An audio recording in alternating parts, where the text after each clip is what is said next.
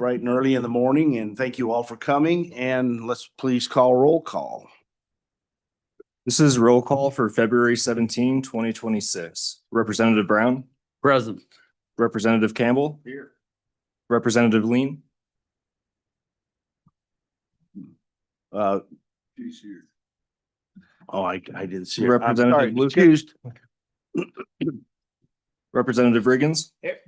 Representative Storer, Vice Chair Stiver, Present. Representative Wharf, Here. Chairman Locke. Present. Mr. Chairman, you have a quorum. Very good. Thank you so much. I wanted to welcome all the visitors today. We've got a tight schedule. We're gonna cram 4 bills in today. And so we are going to do a little bit of timing, give everybody probably somewhere between 2.5 and 3 minutes, depending on how much timing we need. So everybody, please be concise. Try not to repeat the speakers before you. And thank you. But again, thank you all for being here. Please go through the chair and let's move through these important bills today. Anything else we need to take care of before we kick the tires and light the fires? All right, very good. Well, That's an Air Force term. I don't like that. what's that? That's an Air Force. Uh-oh. I guess I am in trouble for that one. So I got the wrong bill in front of me. 68. On not 62. Where's my 68 bill that I just? Did you put it in your folder? I don't know. There we go. All right. So we're going to start off with House Bill 68, Veterans Exemption. And Vice Chair Stiver, would you please present the bill, sir? Thank you, Mr. Chairman. This is Veterans Exemption, House Bill 68. This is the same bill I ran last year. It was House Joint Resolution 4. It's just adding a new section. If you're 100% total and permanent through the VA with at least 3 years of Wyoming residency, no property tax, up to 10 acres. And it will follow the spouse unless the spouse sells. Once you pass, the veteran passes, the spouse sells, it goes away. She has to, or remarries, it goes away. It's effective for tax year 2027, January 1st of 2027. That's a nutshell, the bill in a nutshell. Any questions for Representative Stiver? Representative Lean, please. Thank you for coming this morning. Could you tell me, is there a fiscal note? Do we anticipate how much this may impact our property taxes? Representative Stiver. There is an agency administrative impact note on there. For fiscal year 2027 is about 7,700,000. And then fiscal year 2028 is 7,000 or 7,854,000. Other questions for And Representative that Stiver? would fall under 3,600 grants and aid payments.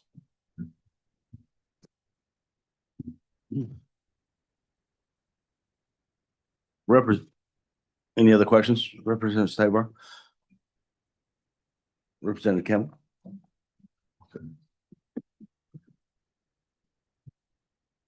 Representative Stiver, I do have just one concern. Do we have any qualifiers in there to where we just don't attract all the vets from all 50 to Wyoming for something like that?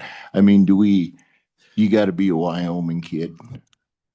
Representative Stiver. You have to be a bona fide Wyoming resident for at least 3 years before you qualify. There's, I think, 23 states that do this now. South Carolina, Texas, Florida. Mr. Chairman, thank you. That clarifies it, Representative. Thank you.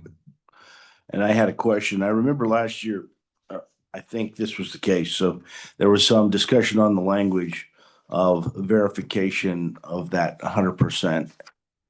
Can you talk to that at all? My recollection was there was some language that was specific to, I that was believe that would required. be done in the rules. Just like when, somebody that's 50% or higher goes in for their license plates, they have to bring their VA letter saying that this is their, and it's got to be an up-to-date letter. And they need to present that, but I believe that would be done in the rules that the department would, promulgate on this if this does pass. Okay. Other questions, Representative Wharf? Thank you, Mr. Chairman. My question's kind of along with what you were, I think, asking, and that is, have we defined what a bona fide Wyoming resident is? Somebody that's lived in Wyoming as a resident. for at Representative least Stivar. 3 years, their chairman, representative, somebody that's lived in Wyoming for at least 3 years. They do that already for, the tax reduction, the 6,000. Mr. Chairman, what I'm asking is, Representative Wharf. thank you, Mr. Chairman, is it defined somewhere? I know you're saying it's somebody that's been in here at least 3 years. I'm just asking if that's defined somewhere else in statute, that something in law says what that is besides the 3-year part that's here. Representative Stivar. Mr. Chairman, Director Moore, that's something that, the assessors are gonna have to ask, because that it's already a requirement to qualify for the 6,000. It's the same thing. I know I qualify. Thank you. Let me Mr. ask a Chairman. question slightly different. Does this follow similar guidance for the other veterans exemption? Yes, it should, but Representative again, Stivar. that's gonna be, We'll where the- ask, we can ask the the- department that and clear that up. the department should be, promulgating rules on this. if Okay, this does Representative pass. Riggin. Thank you, Mr. Chairman, Representative Stivar. Briefly talk about the vehicle registration portion that it's incorporated into this statute, right? Or part of that as part of the veterans exemptions can be used as. Representative Stivar. Yeah, the 6,000 is you can use it for your property tax or your vehicle registration, a certain But- portion of it. But hang on Uh, a second. oh. We're not on this bill though, I don't believe. I Yeah, don't believe we're on this bill, so let's take a step It's- back. it's So, different, but it'll fall. yeah, in the please same statute. explain this in this bill in the context of, Oh, because this is a this separate won't- situation, so please go Okay. strictly on this bill. Thank you. Okay, yeah, yes, Mr. Chairman, Representative Riggin. Vehicle exemptions have nothing to do with this bill here in the conversation. Other questions for the bringer of the bill? All right. So Sarah, if you would like to speak to this bill as well, please. Good morning, Mr. Chairman, members of the committee. Thank you for the opportunity to speak today. My name is Tim Shepard, and I'm the Executive Director for the Wyoming Veterans Commission. I'm here on behalf of Wyoming's veteran service members and their families in support of House Bill 68. This bill does not expand eligibility. It does not create a new entitlement. To understand why this matters, we must understand who this bill serves. Wyoming veterans receive $35 million every month in VA disability compensation. Compensation earned through injuries, illnesses, and lifelong impacts directly tied to military service. And veterans rated 100% disabled account for 24% of that, or 8.4 million. 8.4 million. These are men and women whose service-connected conditions are the most severe and whose ability to absorb rising cost is the most limited. And in the vein of being pithy, Mr. Chairman, I will leave it at that. Thank you, Mr. Shepard. Questions for Mr. Shepard? Representative Storr, sorry. Thank you, Mr. Chairman. Thank you, Mr. Shepard, for being here. Just to help us understand, I'm curious if you know how many veterans apply for the current exemption that we have on the books. Mr. Shepard. Mr. Chairman, I don't know the number that actually apply. I know how many are eligible, Representative, and that would be just about 4,000. Thank you. And Mr. Shepherd, just for clarification, that's for the other exemption that is typically used. Is that correct? Is that what you're referring to? Or are you referring to specifically if there's 4,000 disabled veterans? I'm just trying to understand if it's directly on this bill, Yes, Mr. Chairman, I'm referring to, there are, I think it's 4,084 who qualify for the 100% disabled. Disabled. Thank you. Thank you. All right. Other questions for Mr. Shepherd? All right. Seeing none, who else would like to speak on the bill? Does the department want to discuss it at all or no? All right. Actually, perfect. Excellent. Thank you for coming up and and I wouldn't mind asking the department too if they do have a minute. We might have a few questions for them, so please stay at the ready there, just in case. But Good morning. Assessor Huxtable, please. Good morning, Feel Mr. free Chairman, to members of the proceed. committee. Dixie Huxtable, Converse County Assessor, and I have with me the Laramie County Assessor who has a plethora of veterans in his county. So I will defer to him on some of this. One of the concerns that we have with this bill is on page 2. It talks about in the second paragraph there in red, what we're adding is a veteran who is certified as having a permanent and total service connected disability of 100% or as being totally and permanently disabled. I think the or is where we have a question mark. Number one, I've been led by some of my veterans that percent of disability changes from year to year, can change from year to year. And so if they can it ever come back from 100%? I clearly understand being totally and permanently disabled, but if their amount of disability changes from one year to the next, that might be a concern for us of having to have that documentation every year for proof of that so that we can administer this correctly.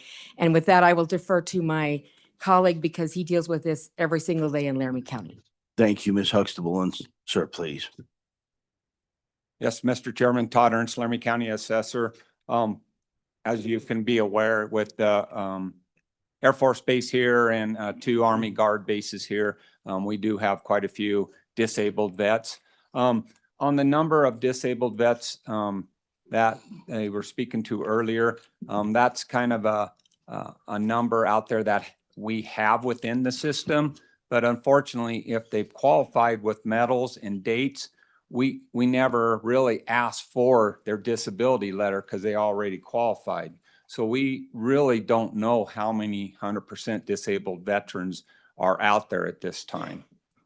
So that's just kind of a question or concern on that. Once this goes out, we might see quite a few more 100% coming in, along with widows who their spouse has been deceased for some time.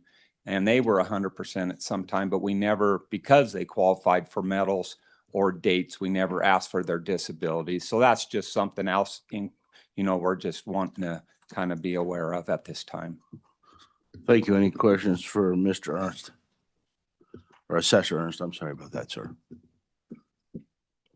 Representative Campbell, please. Thank you, Mr. Chairman, and thank you, Mrs. Huxtable, for being here. Getting rid of that or and putting in and, would that fix that?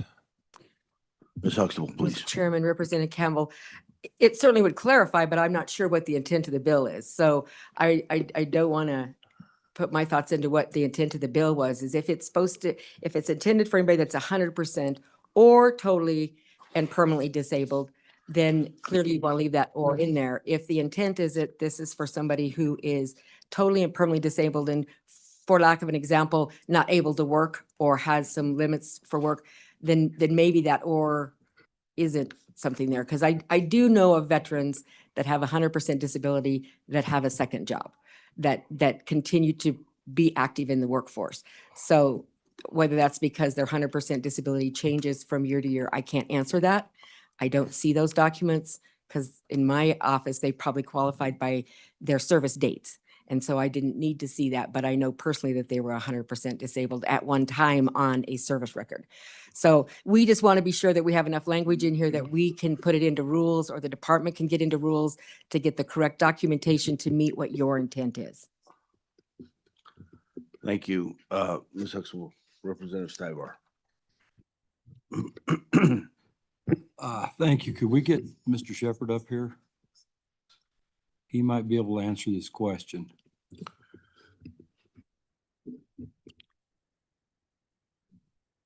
Thank you, Mr. Shepherd, and please go ahead, Thank you. Vice Chair Stivar. Mr. Shepherd, on the VA, and this is where I want to go with this. It was an oversight on my part, but there are 3 different categories, 100% in the VA. There's total and permanent. There's total and permanent that can't work. And can you explain that to us? Because I know there's 3 categories in there. Yeah, Mr. Chairman, for the vice chair, you know, I'm not a subject matter expert on the categories.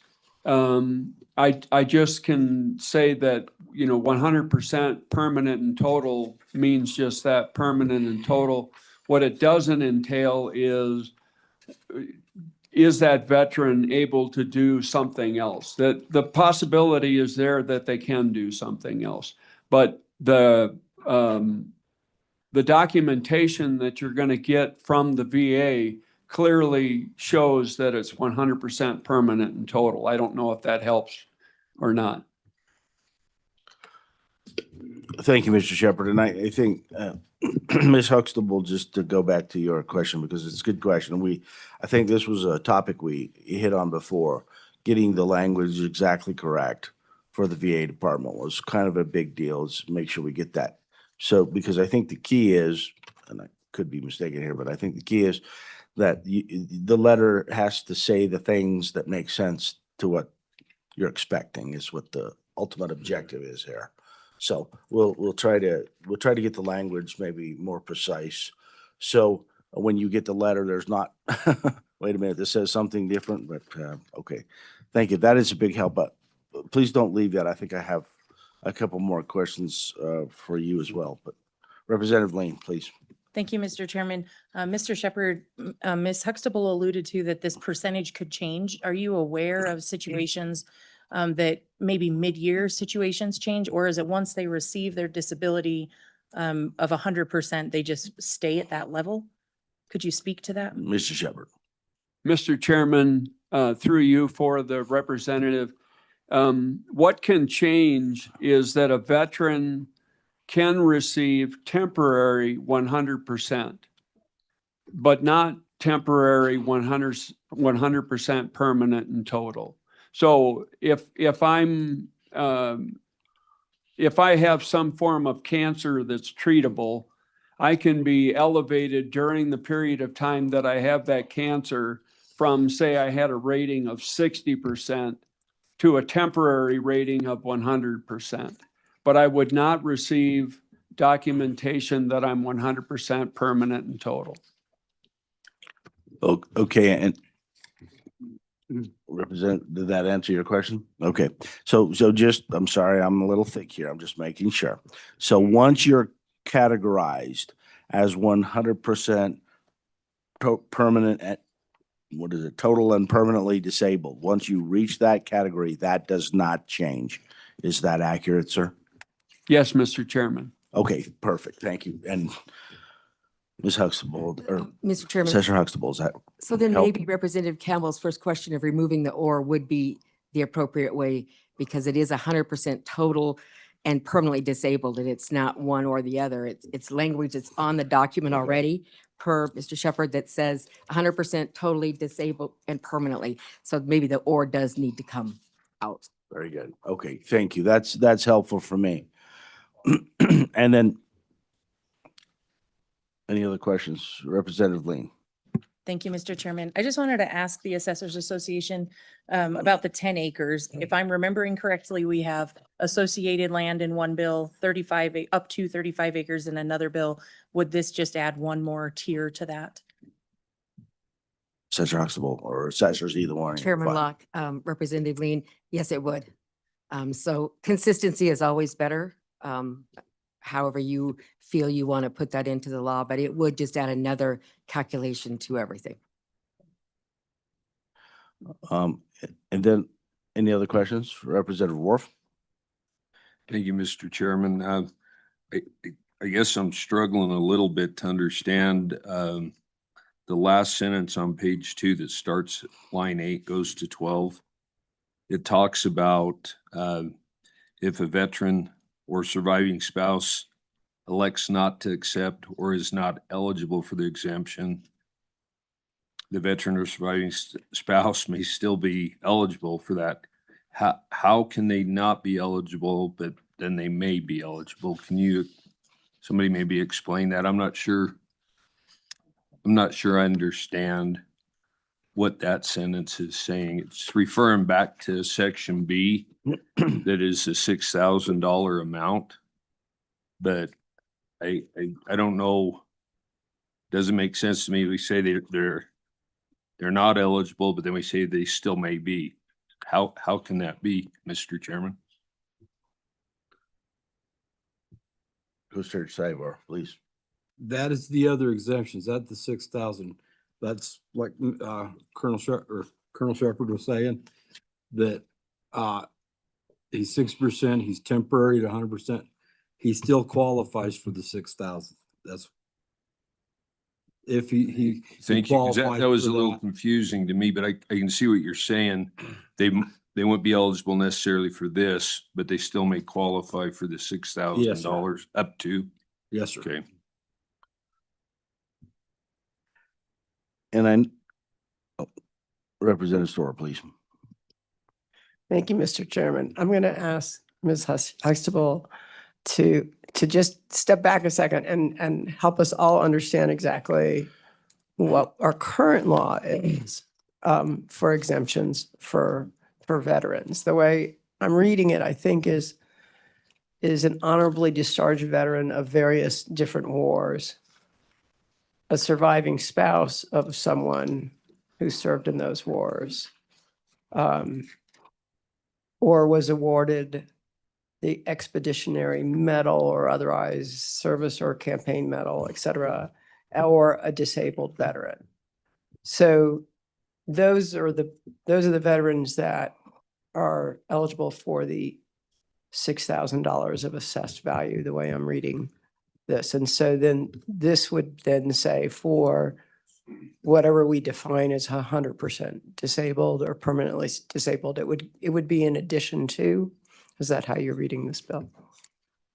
Mr. Ms. Chairman, Huxtable. Representative Storer, that is correct. That's how we are reading the bill. So currently, under current law, those veterans that met the criteria you just read qualify for $6,000 of assessed value exemption that they can use on their house or their vehicle or both. They have a 6,000 max.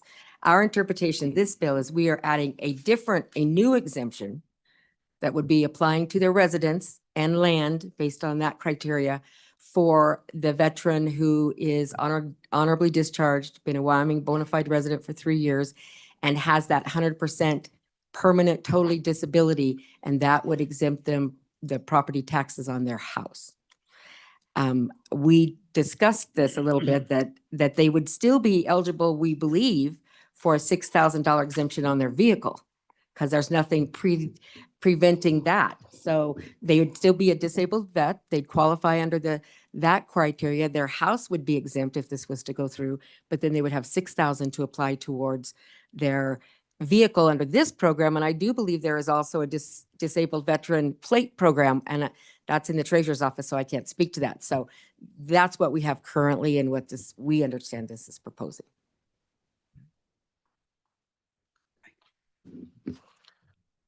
Representative Storer, follow up.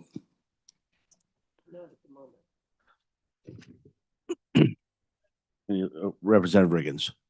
Thank you, Mr. Chairman. And this is general comment to the assessors. I guess I'm wondering why the draft of this bill just didn't add this particular category to the already existing statute on the exemptions. Just, I'm curious. Assessors. Chairman Locke, Representative Riggins, I don't know, I wasn't the drafter of the bill. So I'm not sure why it wasn't, but the disabled vets are already eligible currently for the $6,000 exemption. This is a different exemption, an additional exemption on top of, I believe.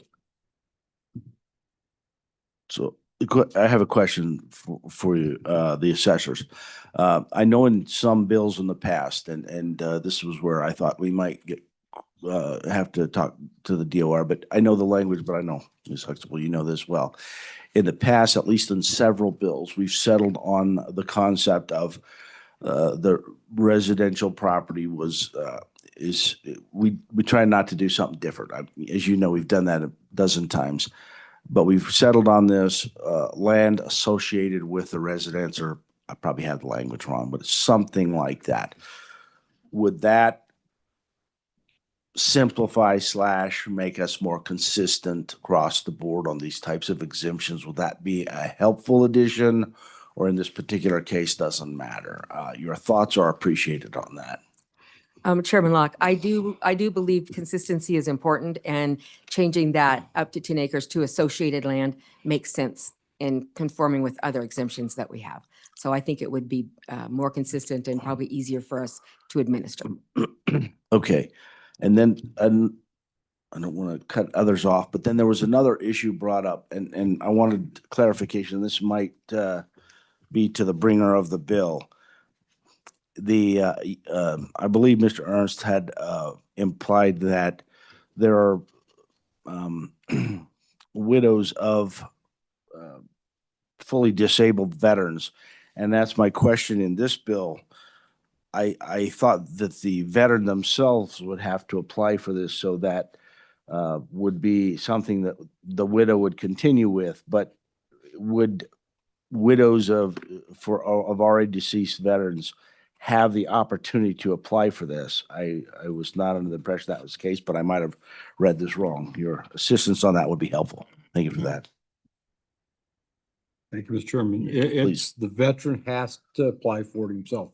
It was the thing. I'll be honest, I wasn't even thinking what Mr. Ernst was thinking about spouses of deceased veterans. But, they're still gonna have to come up with a form that says that their spouse was 100% total and permanent. Because like on the other exemption, if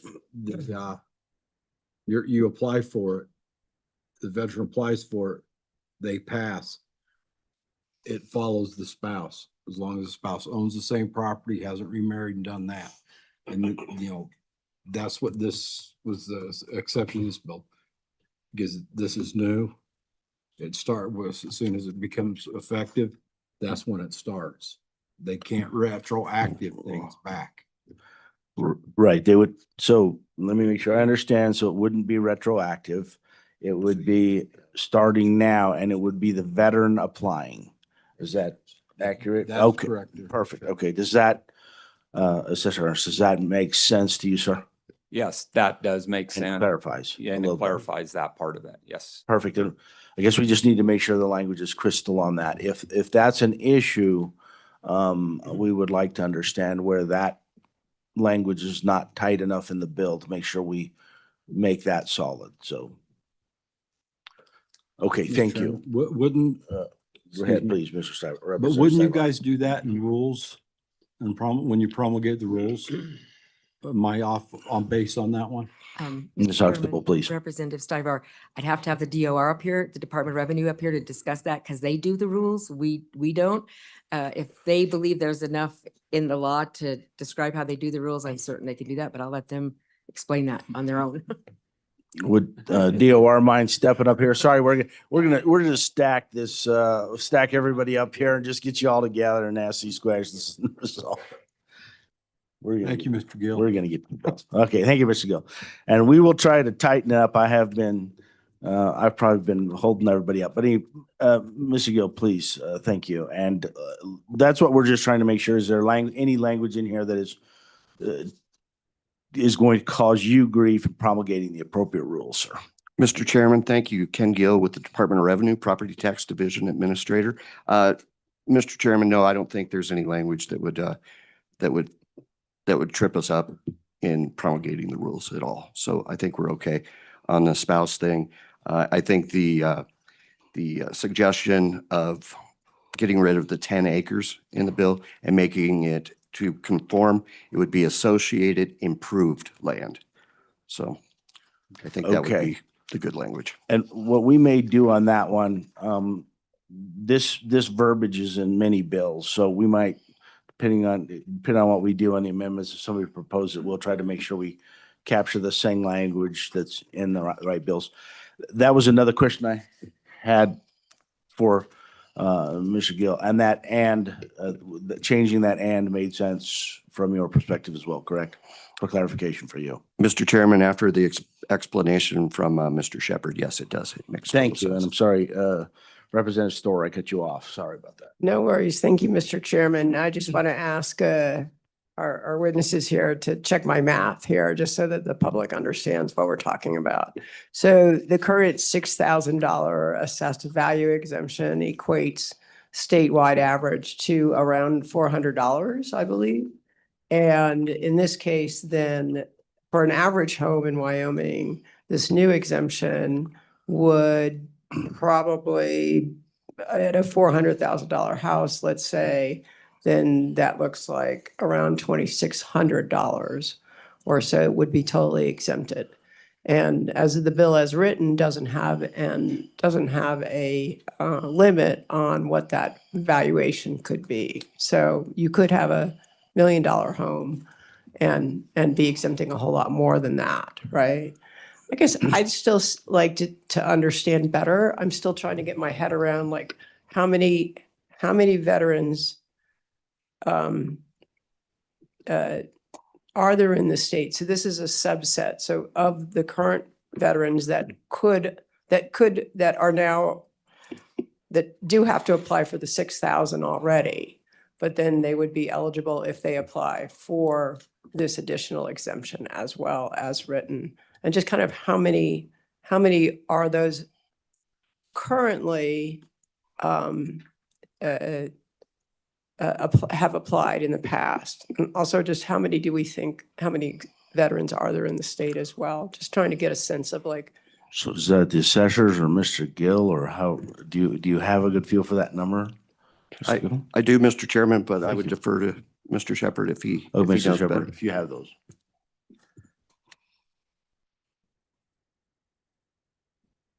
So, Mr. Chairman, for the representative, the number varies, depends on who you get the number from as far as how many veterans we have. But we believe it's between 40 and 45,000. Of that, about 17,000 are in some degree or another disabled. And then of that 17,000 disabled, there are 4,000 plus who are 100% permanent in total. Thank you very much. Thank you, Mr. Chairman. No worries. That's good. All right. Any other questions for the panel that we have here before us? All right. That's great. Hey, thank you all for your assistance here and us just getting clarity on some of these pieces of the bill. Others who would like to speak on this? Departments, legislators, anyone, public? Do we have nobody on the list for this? All right. Anybody in the audience, public, who would like to speak on this bill? All right. Seeing none, I am going to close public comment.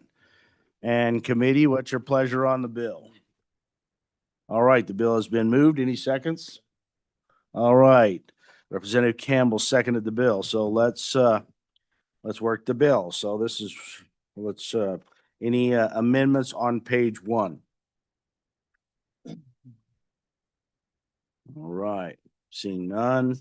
Amendments on page 2. Representative Brown. I think we were talking about on page 2, line 9, needing to remove that word or. Put an end. Pardon me? And put an end. You want to change Mhm. the word to end? Yes. All right, so the amendment, Representative Lane, or Lucas, sorry. Thank you, Mr. Chairman. I think also the or on page 2, line 21 would apply as well. Mm, So, hang on, you're making the amendment. Is that a, That's a friendly amendment. is that a yes. friendly amendment? Yes. And question I And if it have, needs- is that an or, removing the or, is that an or to and? What's what's the amendment? I believe it is the same as up above. But, I would,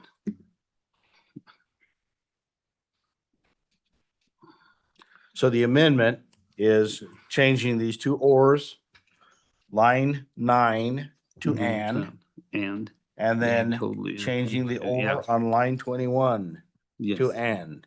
Is that the amendment? No.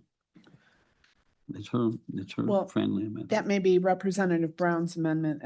I don't agree with that. I don't think we should add an and in there. I think that perhaps a comma We should. would work Excuse me? and will change the meaning of that sentence. 100%. And, Okay, let's get the amendment and. the way we want. Okay. Just remove the or, put a comma.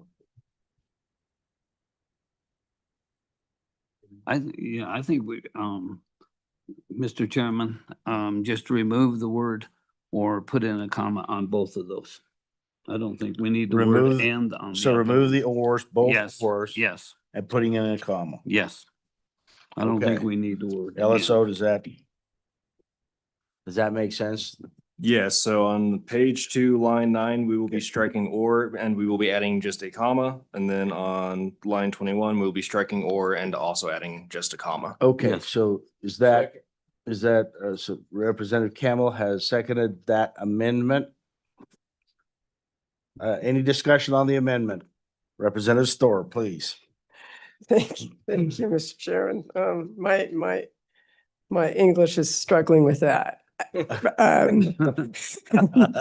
Gotta make sure we get. I'm wondering if perhaps a friendly amendment that if the issue is that the 100% might change, if we were to define it as, and just delete that so that it reads, a veteran who is certified as having a permanent and total service-connected disability, or a veteran who is certified as being totally and permanently disabled. Mhm. I'm, The latter, I'm suggesting. I don't want to whether- cross the line too far, but my recollection is the letter actually combines these terms, the 100% disabled with total and permanent. That's my understanding. But I might be wrong. Yes. You're correct. So that was the only thing, Representative Storr, that I don't think we want to lose the 100% disabled Okay. component, because I believe that's part of the VA letter. But do we need clarification on that, or? No, I think you're right. It is. I've got a copy of the letter somewhere. Maybe we can get some clarification on that so we can get this work. Mr. Chairman, would that be an additional amendment to the amendment, or we could also bring that as a separate amendment? I think right now we're discussing the amendment. Let's go there and then let's see if we want to modify. It's gonna be upstairs. On the VA letter, that's what it says. You're 100% total and permanent. And 'Cause the I- letter- Based on the testimony from the VA, I believe that the letter, there's different types of 100%, possibly, but the specific category of 100% that we are targeting is the total and permanent disabled. So language wise, we just want to make sure it makes that clear, I believe. And I don't think the or does not work for sure, whether it's a comma or whether it's an and.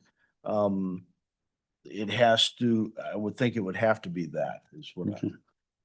And Mr. Chairman, and Yes, Mr. for Brown, LSO's Representative Brown. benefit, I'll just incorporate the friendly amendment into my amendment, so it's a single amendment. What's that? That What would are you be- incorporating? That would be line 9, remove the or, put in a comma, and on line 21, the same thing. Okay, Make that a single amendment. and Representative Storer, please. And I'm going to try a friendly amendment to the amendment. Perhaps, what if we deleted or and the word as? And putting in a comment. So then it would read, a veteran who is certified as having a permanent and total service-connected disability of 100%, comma, being totally and permanently disabled as provided by rule, et cetera. I think, see. I'm not trying to change the meaning. I'm No. just trying to make the language Make work. it flow a little bit. Is that a friendly amendment? That's fine with me, yes. Okay, so the strike then is not just or, it would be or as to make sure that flows. Is that readable for everyone? Do I need to state that, or is it just okay? If that's a friendly amendment, you as the amendment bringer, is that a friendly amendment? I will accept that as a friendly amendment. And to the second, is that a friendly amendment to the second? Very good. Okay, discussions on the amendment. Seeing none, let's vote. All in favor, say aye. Aye. Opposed? Okay, good. We got through with that. So, other amendments, page, anything else on 2? Yes, sir. Oh, you're on page 2 yet? 2, I'm on 2. Anything on 2 or will we move into 3? No, I want to go to page 3. Okay, Line 1. then we'll move to page, Representative Lucas on 2, another amendment. Just to clarify that, did we catch on to the or on line 21? Is that also included in the amendment that we Yes, just did? yes. Okay, thank you. Okay, so anything else on 2? Okay, moving on to page 3, please. Okay. I would move to amend line 1 and put insert assessed value of the primary residence, including associated land and improvements. And then I would strike the including not more than 10 acres of associated land. And I think that would cover it. So does that sound reasonable? Did you catch that? We're good? Okay, so does everybody understand this one? We're moving to more commonly and conforming language in there where correct me if I'm wrong, so assessed value of the primary residence owned by the veteran, including associated and land and improvements. Does that? What is it? Associated approved land. Is that improved However, land? it's properly defined. in the Okay. statute as it stands. Is that? We're trying to make sure with the assessors we get the wording right, so we don't, because I know we've only changed this 20 times, done this wrong 20 times, let me put it that way. Is that? Thank you, Ms. Huxtable, for straightening us out here. We'll get the language right one of these days. Yeah, I think you're trying to say improved land, not the improvements. You're talking about Oh, the residents right. and the associated Associated- improved land. Associated and improved land. There you go. Associated approved land without the and. There you go. What'd I do? Associate, and the associated improved land. Okay, what she said, and I won't repeat it. and I'll mess be it happy to help with, LSA. Thank you. All right, so we now understand the amendment. Is there a second? All right, we have Representative Storer, was that you? Oh, very good. Representative Storer seconded that one. All right, discussion on the amendment. Representative Orr. Since we removed the definition of 10 acres, does this just open the door to where it can be all the land that's associated? If I got a crop or something that's associated with my land, I mean, do we just expand it to where there's no cap? Representative Lane, you have a discussion on this? Thank you, Mr. Chairman. In other statutes, this goes up to 35 acres. So that would be the cap in other statutes.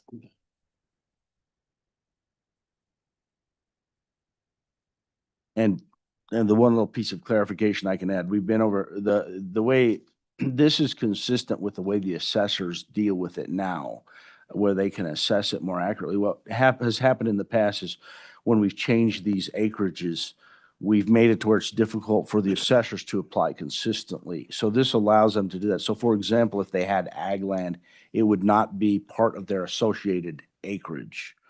At least that's how it's been explained to us in the past. Any other questions or discussions on this amendment? Yes. Just for clarification, is it okay if I read back what I have for the Sure, amendment language? absolutely. So starting on page 3, line 1, it will read assessed value of the primary residence owned by the veteran, comma, including associated approved land. Not approved? Improved. Yeah, I believe I'm the one who spoke incorrectly on that one. All right. All right. Seeing no more discussion, all in favor, say aye. Aye. Opposed? All right. So moving along, anything else on page 3?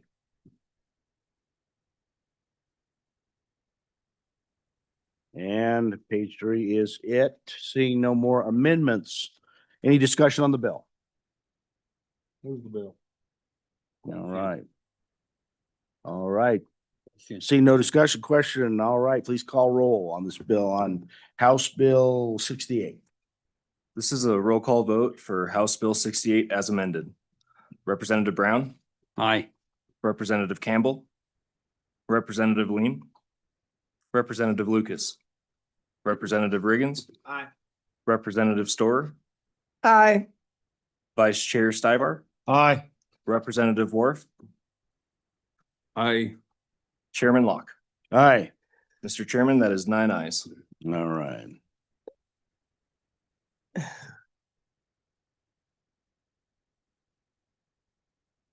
Very good. All right. We will move to House Bill 62, the Christian Smith Safety Act. Representative, welcome to the Revenue Committee.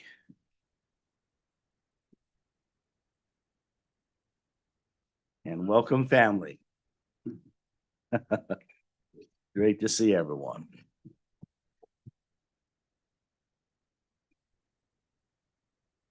Representative, please begin. All right. Well, thank you, Mr. Chairman. Thank you, committee. Before you, we have House Bill number 62, the Christian Smith Safety Act. I just wanted to personally introduce you to Christian Smith. As you recall, last session, I left a day to go be with my family after an auto accident. And so he is the inspiration of some of the things that we have found as issues in our current law and things that haven't been updated in 40 to 45 years. And so, in essence, what this bill does, it changes the governmental claims from $250,000 to $1 million. And it adds an automatic escalator to follow the CPI. And so what I found interesting, if you wanted to check your email on the 10th, I emailed everyone before we did the entire House vote. There were 2 different attachments in there. One is research for you to look at of LSO's assessment of what all the surrounding states do for the Governmental Claims Act. And one of them is just a price comparison of, in essence, in 1979, when this was formed, the actual maximum payout was $500,000. But in the early 80s, instead of increasing premiums, they reduced it down to $250,000. So, and it hasn't been changed since. And so if you just did the CPI for the $250,000, we're looking at just over $1 million. But if you were to do it based on the $500,000, it would be 2.1 million today. And so we're just asking to change to $1 million. And if you even look at the fiscal note on the very end of the bill, it has, in my opinion, a very minimal fiscal impact of between $900,000 to $1,000, which will result in approximately a 22% increase in the claims cost. So just to give you an idea, from 79, if you were serving here in the legislature, your daily wage per diem was $30. So then take that to today of $150, that is a 500% increase. And so to only have a 22% increase in the last 45 years, I think is pretty good. One other thing that I just wanted to share specifically why I believe this is so important is if you and I were in an accident involving a state vehicle, depending on who's found at fault, if the state is found at fault, then the maximum payout is currently $250,000. So doesn't matter the medical expenses, doesn't matter reimbursement on replacement of vehicles or anything like that. And so, but in this specific case, we found that even if you believe you are completely insured, you got medical insurance, you have auto insurance, you have underinsured motorist coverage, your insurance company will say, oh, well, the state's not underinsured because they are insuring the maximum requirement by law. And so it doesn't matter what your own insurance, if you have underinsured insurance is, they won't pay out for that portion of the coverage. So then you look at our citizens across the state, and I just think families should be made whole as possible, because with the amount of potential rising cost of medical expenses, just on medical expenses alone or life or flight and things like that, you could potentially have another entire mortgage on medical expenses. So I will say, based on some information I got from some of our associations, one association sends out a lovely bill recommendation, whether they support or oppose. And I do know that this bill is opposed, or they're opposed to this, and the recommendation states that it creates unfunded mandates and introduces liability risk for the county government.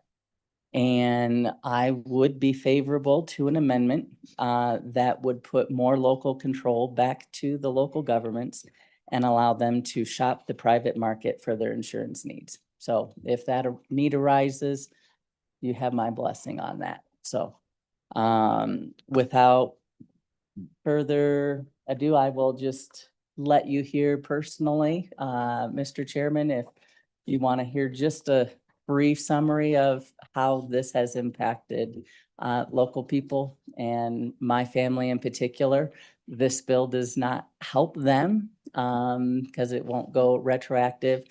But on one of the handouts, there is You have that now. several different types of real world examples of why this matters in your email. And one of them was burning wood chips in a city in the center part of our state that burned 16 square miles, causing millions of dollars of property damage. Estimated damage was 3.6 million consisting of 51 claims from 22 parties, and the cap on the damage was $500,000. And so that's just one example of many. The severity of these types of claims, I don't think is very common based on the fiscal note, but it happens. And so if you or I were to, I'll just pick on, YDOT makes it into the news quite a bit with snowplows getting rear-ended, our highway patrols getting rear-ended. The state, if we are found at fault, could go after our insurance greater than the $250,000 as it is. So I'm just looking to kind of balance out the scales of what our citizens would pay versus what we would pay. So thank you, Mr. Chairman. I'll stand for questions. Questions for Representative Smith? Did you, Representative Smith? Representative Ward, please. Thank you, Mr. Chairman. I know this sets a maximum standard. I guess what the question I have is not all things are equal. I know of a situation where somebody in my district, matter of fact, might have even been my house, where the city sewer backed up in their house and caused considerable damage. I don't know who determines what that amount should be, but if I read this, I could ask for $1 million. I don't know who determines what that would be. So that's the question I have, Mr. Chairman, is I know there's extremes and then there's other extremes. And how do we protect the state's interest as well as those of our constituents at home? How do we balance that out? Not everything should be up to $1 million, but I don't know if that's defined somewhere. I haven't looked at this enough to know if it's defined elsewhere in statute. So that's a question I have. Representative Smith. Thank you, Mr. Chairman. Thank you, Representative. I am not the expert, but I do know that our wonderful friends with A&I are here and they are the experts. So they will probably be able to answer that question Speaking later. to that. Okay. Representative Lucas. Thank you, Mr. Chairman. Kind of along in the same lines as my colleague here.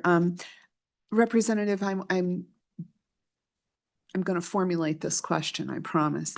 Will this address all types of claims, or is there anything in here that specifies various types of claims? Because they're not all apples. Sometimes there's oranges in there too. And so that's my question is, does this address all of them in one lump? Or, yeah, thank you. Representative Smith.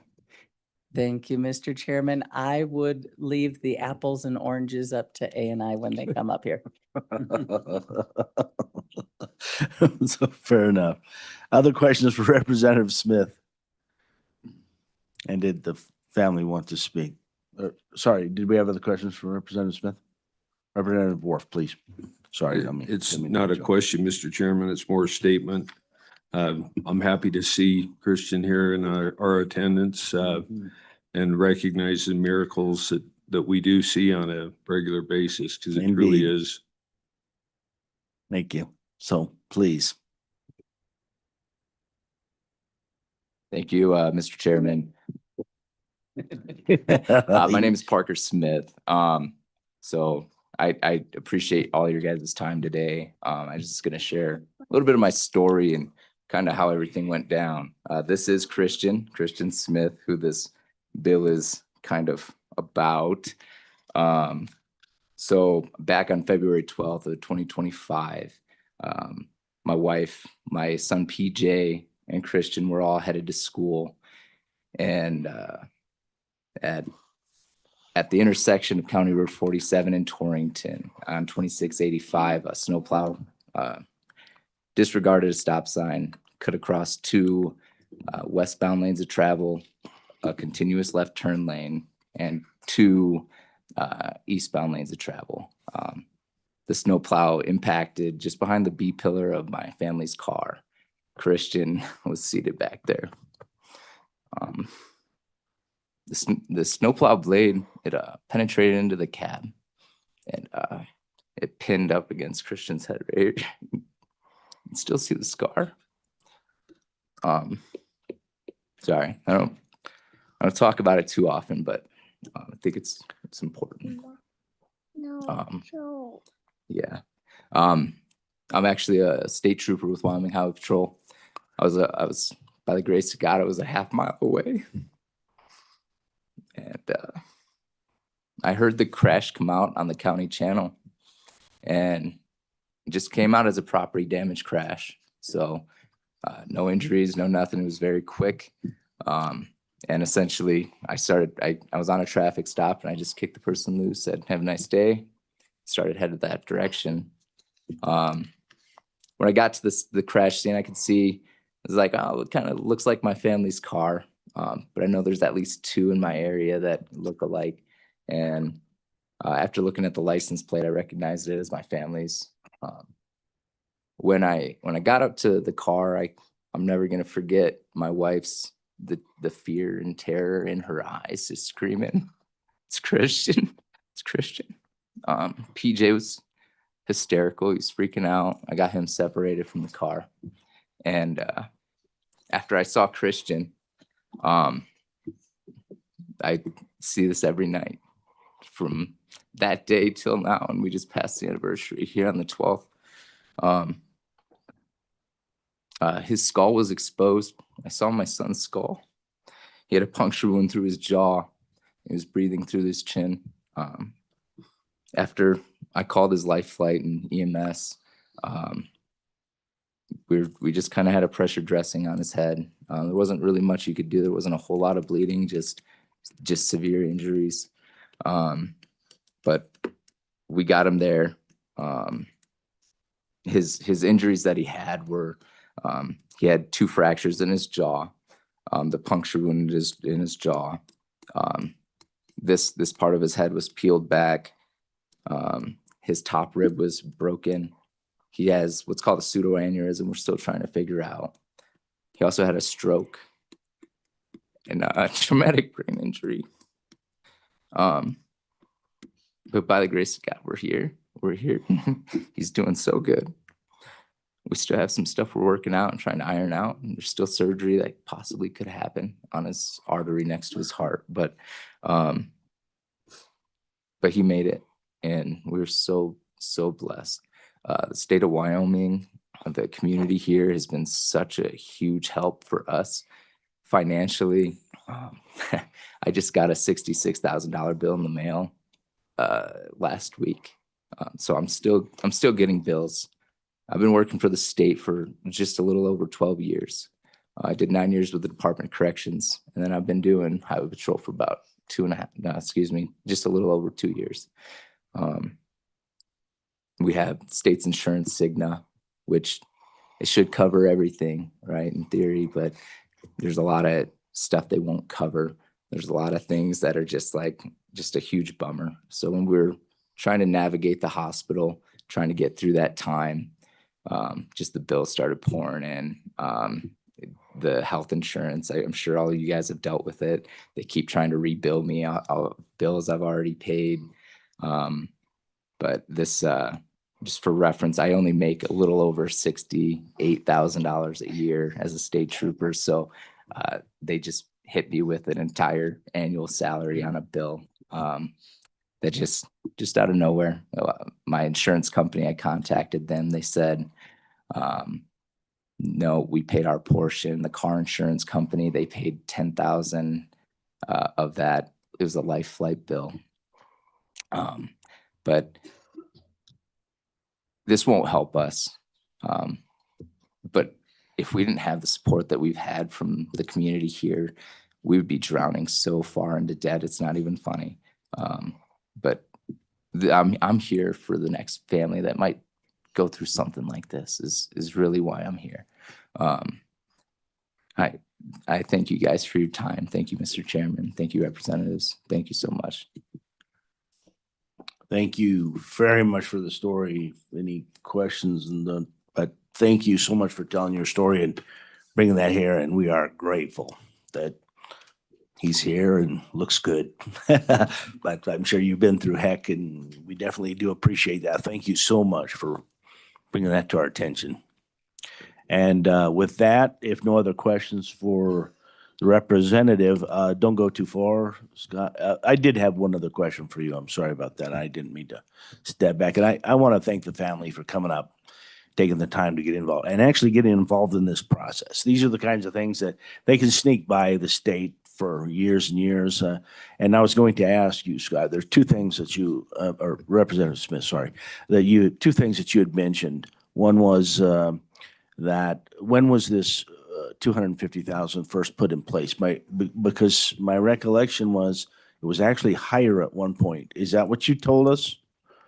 Thank you, Mr. Chairman. So I believe in 1979, it was originally created with a 500,000. And if I'm not mistaken, give or take a year or two, in 84-ish, it went from 500 to 250 and has not Interesting. changed since. Okay, thank you. That's something you had said I wanted clarification on, and I suppose that's something we'll get more clarification on from the And department. an Thank you. interesting thing is Likely. this has gone before the legislature several times, even as recent as 2 weeks prior to the accident here. There was Senate File 35 last year, Okay. was essentially doing the same thing. So, Okay. but without the CPI escalator and all of that. So. Yeah, go ahead. Thank you, Mr. Chairman. And I know this doesn't benefit you guys. But my question is, how long did it take, in this case, for that 250,000 to get spent? Mr. Smith. Thank you, Mr. Chairman. Thank you, Representative Brown, for the question. So we haven't received $250,000. His bills were, I remember looking at them. They kind of make me sick to look at the bills, but a good majority of stuff was covered by insurance. It's the stuff that isn't covered by the insurance is really what's been hitting us. And the other part of it is that there's liens. The health insurance has liens.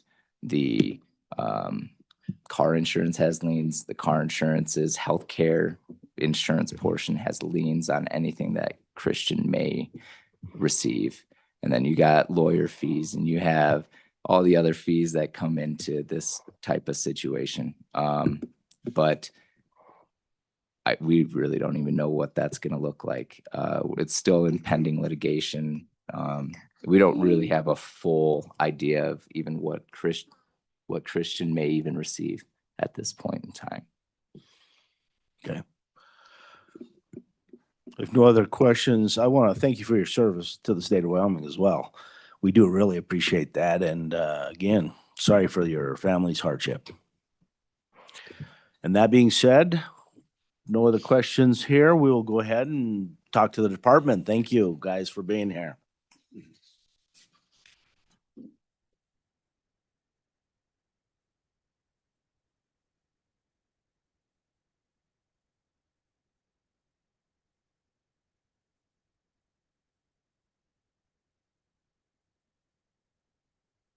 Welcome, and please introduce yourself. And thank you. My name's Patricia Bach. I'm the director of A&I. I'm here with Erin Edwards, who is our risk manager for the state. We're neutral in the bill, and basically raising the rates. You'll see the fiscal note on what we have. We do say it's indeterminable on the claims because we really don't know what the claims will look like once it's raised. There is an expectation that the rates, the claims may increase because of the increased 1 million, 2 million cap. However, what we're looking at is about $1 million per year, 900,000 to $1 million a year. As long as that gets appropriated, I talked with Representative Smith on that, since he is on the appropriations. As long as that gets appropriated, I think it's a pretty, I don't think we run into a lot of problems. I do want to mention that the county folks are here as well. That's whose claim that the Christian's claim is under. It's not under the state. However, and I want to make sure that they're aware of this, I do run the Cigna program. So I want to make sure they give me a call on Cigna, so I make sure that that's taken care of. I'm going to let Erin talk about the particulars because she's in the weeds on that. Gives you a little better idea of where we were. I believe that the testimony has been accurate. So it has not raised since 84. It originally was 500,000, but it was 500,000 for all claims. So it changed in 84, I believe. And then it was split out for the two separate, the 1 million, 2 million that is in the bill right now with the escalator clause. It went from 250 to 500 in the 80s. So prior to that, it was just 500 on all the way around for all claimants. So it's a little more complicated, but that's why it changed. So I'm going to turn it over to Erin because if you have specific questions, she's the one to answer those questions. Thank you. Please proceed. Good morning, Mr. Chairman and representatives on the committee. My name is Erin Edwards, as Director Box stated. I'm the State Risk Manager for the state of Wyoming. I just wanted to go over just a couple of informational pieces for you as you're considering all the stuff in this bill. Our numbers that Director Bach had mentioned comes from a 2025 actuarial study that we did. When there was the similar bill proposed at the last general session, we had them go ahead and pull that data just to see what that looked like so that we would have that information. And so that's where those numbers come from, is from our actuaries. We are on track right now to see a large increase in litigation costs for fiscal year 26. So the 22% that they predicted is reasonable. It's kind of right in line with that. And that 900,000 to $1 million per fiscal year is falling right into place with that. I want to caution that you have the fiscal impact that was provided with this bill, and it does say indeterminate, but it doesn't mean that there will be no impact. So as Director Box stated, there will be an impact to the pool, what we call is the state self-insurance pool, or SSIP for short. And so it will require that increase to the appropriation, and the adjustment for the inflation cause will also increase the funding that we would need continually each biennium going forward. So on top of what we're looking at now with that 1.8 to 2 million per biennium, that would need to increase moving forward as that inflation index moves that up with that 3% that's in the bill right now. And lastly, our actuaries wanted to, they did note in their study that the percent and the dollar amount that they came up with does not account for an increase in claims filed. They noted that this increase in the tort cap limits does provide a palatable environment to attorneys to file more claims. Apologize to any plaintiffs' attorneys who might be on the committee or in the room, but they did note that. And in my experience in my time as a state risk manager, I have also seen that and had conversations where that has been mentioned. So there could potentially be an increase in claims that we see filed with the state office for the state claim side. So I just wanted to give you those little points of information, but as Director Box stated, we're neutral on this bill. Okay. And I stand for any questions. And I'm sorry, your last name was Bach, B-A-C-H. B-A-C-H. I'm sorry, I wrote it down wrong. I'm sorry about that, Director Bach. That's my bad. Thank you. Questions? Yes, Representative Lane, please. Thank you, Mr. Chairman. I know that we've heard of the most catastrophic impacts that this might have on families, those types of claims. But what about something as simple as sexual harassment? Would that be covered under this as well? Director or Ms. Edwards? Chairman Locke, Representative Lean, sexual harassment is under the Wyoming Governmental Claims Act, not something where immunity has been waived. So it wouldn't necessarily be covered. Where that would potentially be an issue is federal law claims. So federal law claims, we don't have, those are already outlined under federal law. And if they phrase that in such a manner with that, that's where it would be covered, but not under the Governmental Claims Act. All right. Other questions, Representative Lucas? Thank you, Mr. Chairman.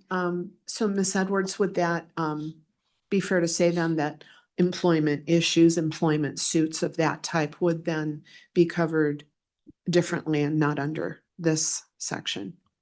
Chairman Locke, Representative Lucas, that's correct. Employment practices liability is typically handled under the federal law claims, 1983, 1988 type stuff. Follow-up? Yes. Thank you, Representative. Mr. Chairman. Actually, kind of a different question. So there are different types of claims that fall within this, and some are catastrophic, as is, of course, the Christian Smith situation, but others maybe not so much. A sewer backs up, something like that. And as I'm reading this, does this read then that I can go for $1 million for a sewer backup as well? That would be equated with a catastrophic damage claim? Ms. Edwards. Chairman Locke, Representative Lucas, I believe that is yes. The Governmental Claims Act doesn't separate or differentiate between levels of catastrophicness of a claim. It just says if there is some sort of liability, that is the cap. So in theory, somebody could file a claim for something such as a sewer backup for $1 million. Representative Lucas. And do we have any kind of like up to language so that it's not implied that, yep, you're getting $1 million? I'm sorry I'm not making light of this situation, but I don't see up to or any language like that. Is there some type of judgment that goes into that to actually weigh what the damages were? Chairman Locke, Representative Lucas, there is no language that I'm aware of that says up to for certain things. The way we look at it as far as on the state side, I can't speak for the counties and local entities and how they handle their claims processes. But on the state side, we look at the actual damages. So, if you have a sewer backup that equates to 30,000, we would try very hard not to pay $1 million on that. But we look at those actual damages, auto damages, medical bills, property damage, anything like that. That's where we form our basis for our decision on any kind of a settlement offer or anything like that. Done. Representative Lane. Thank you, Mr. Chairman. Could you talk a little bit about medical payments and insurance and how this works? Because I know when a medical facility bills an insurance company, there is a cost guarantee that they pay, and then there's a write-off portion. Does your entity, the way that they handle that, do they take the total cost of the medical bill, or do they take the written off portion of the medical bill, or do they take what is responsible for the injury to be paid? Ms. Edwards. Chairman Locke, Representative Lean, are you asking about just the insurance companies or the hospitals, what part they would claim on that? Mr. Chairman. Representative Lane. So take the medical bills for the life flight. Is the state going to pay the bill in entirety as it's billed, or will they pay what the insurance does not pay, or will they pay just the amount that is owed to the medical provider?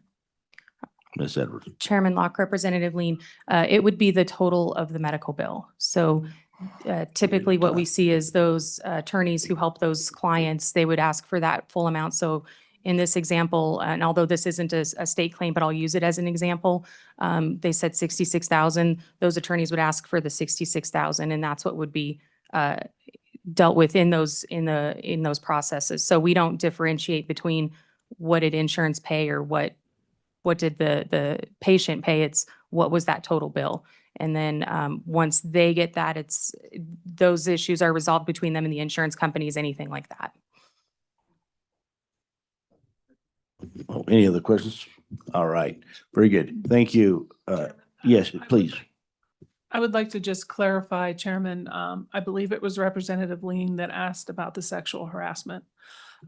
If, for example, there's a lot of different moving parts, but if, for example, it was a state employee, that there was a sexual harassment claim and there was a case, a settlement might happen, if we believe that it's an actual claim that needs to be settled, that would come out of risk management as well. But that's separate. And I just want to make sure that we answer that fully. Perfect. Thank you. That's helpful. The- That's what I wanna- The other thing we have is this is available. This is our state risk report every year. Aaron puts out a report. So I want to make sure that you guys are aware of that as well on where we are. Thank you so much. And thank you for being here. I really do appreciate it. I don't think I've hardly had a chance to talk with you guys in front No. of the Revenue Committee. So appreciate you being here. It's Thank great. you. Thank you. All right. Others to speak on this. Who wants to speak on this bill?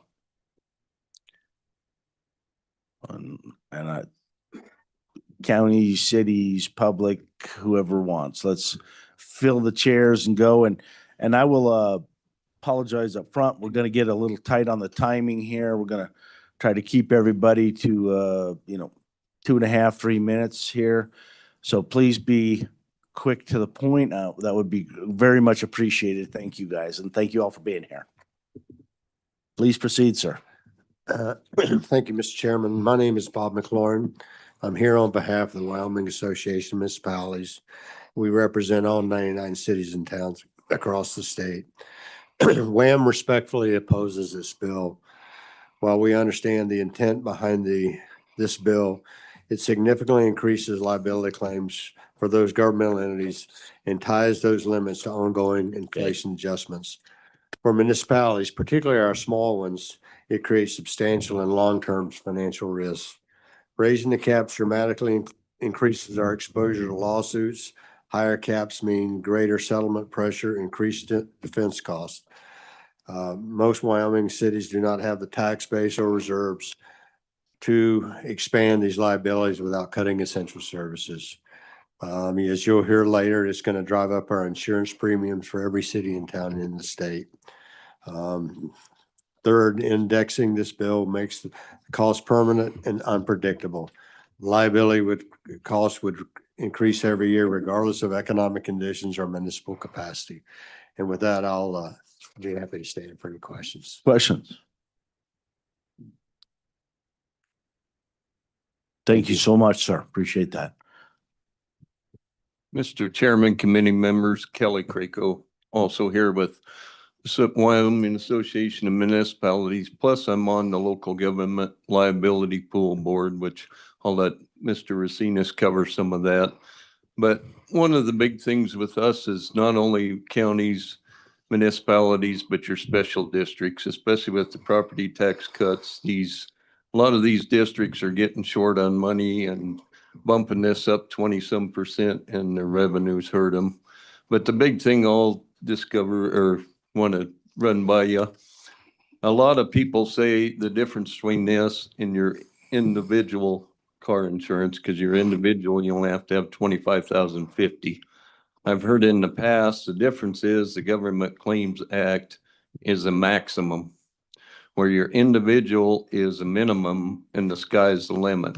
But there's a lot of points that the individuals won't even cover the maximum in the state. And I can give you some examples if you want.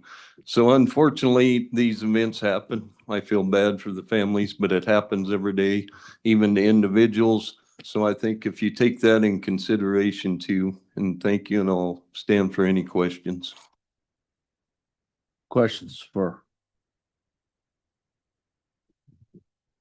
Representative Storr, please. Thank you, Mr. Chairman. I would like to hear the examples just because my eyes glaze over when I talk about insurance anyway, and I have trouble understanding the differences between how this works and. Sir, please. Okay, Mr. Chairman, Representative Storr, example of that is say somebody doesn't even have insurance and hits somebody and they have $1 million worth of medical. If they don't have the one that don't have insurance, they're just out. Even if they have the minimum 2550, the max they can get is 25, then they rely on their insurance, health insurance, just like the ones we heard the story earlier.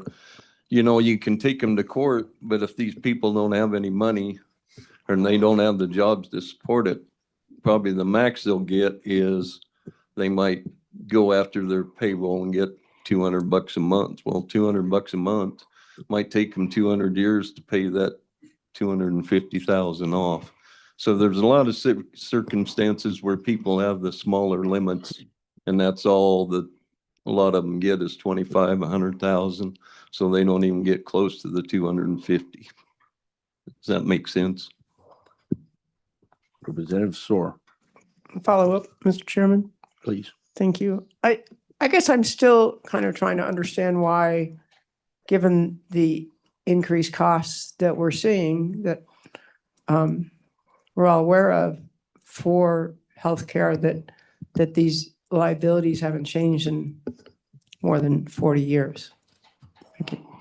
Sure. Yeah, Mr. Chairman, Representative Story, I'll let Mr. Racines he's got more data on that, but a couple reasons is I think they set the caps high when they started. The other reason, he'll give you more statistics on this, the amount of times that the local government liability pool has hit them caps is that he can give you more data, is like maybe 6 times in the last 20 years. So this is something that doesn't happen very often. Because of that, we've been trying to keep the caps low and have the taxpayers pay less money join in these representing the cities, counties, and these special districts. Any other questions? Representative Gamble? Thank you. Do you guys, Mr. Chairman, thank you. And I appreciate you guys being here. Do you guys have any suggestions on how we could move this forward? Because like you said, this happens very rarely. But to the people that it does happen, as the testimony we've heard, it's severe. How can we bring this to where we are in the modern day economic reality, so to speak? I don't want these families that do occur this to be stuck in 1980s payouts for today's ilks. Yeah, Mr. Chairman, Representative Campbell, I'll probably let Mr. Racines go into this more. He's got the figures, but you know, it's something we can obviously look at in the future, especially if these claims start rising. It's something that we might look at bumping those limits, but at this time, I don't really see a need for it, but there's always stuff in the future that comes about, so. Okay. All right. See no other questions? Mr. Ryman, please. Good morning, Mr. Chairman, members of the committee. I'm Jeremiah Riemann here on behalf of the Wyoming County Commissioners Association. Appreciate the time to talk on this. And I will say this is a tough issue. One of the highest responsibilities of county commissioners is the health, safety, and general welfare of the community. That's something that they take seriously. It's in state statute that they be responsible to that. If we were just talking about legitimate claims, this wouldn't be all that tough of an issue. Unfortunately, there are at times frivolous claims that come forward, and local governments, the state government, federal government are looked at as deep pockets. And so one of the other responsibilities of county commissioners, of course, is the treasury, the local purse, and ensuring that taxpayer monies are well treated. And so something that's considered. One of the problems for county commissioners with this legislation is that I have to go back to them and tell them, you've done nothing wrong. You're likely to do nothing wrong. But across the board, your rates are going to go up 20 to 25%. That's a pretty steep climb for some of those local governments, and something that they're thinking of. As I mentioned, those frivolous claims, and maybe even the legitimate claims, something that doesn't show up in a fiscal note or probably won't show up in the numbers that you're going to hear from LGLP and Warren is the defense costs that do come along with this. And that's often not just defense costs that you just go grab one of your county attorneys. You are often having to hire outside counsel. So that is an additional cost that will be borne by local governments.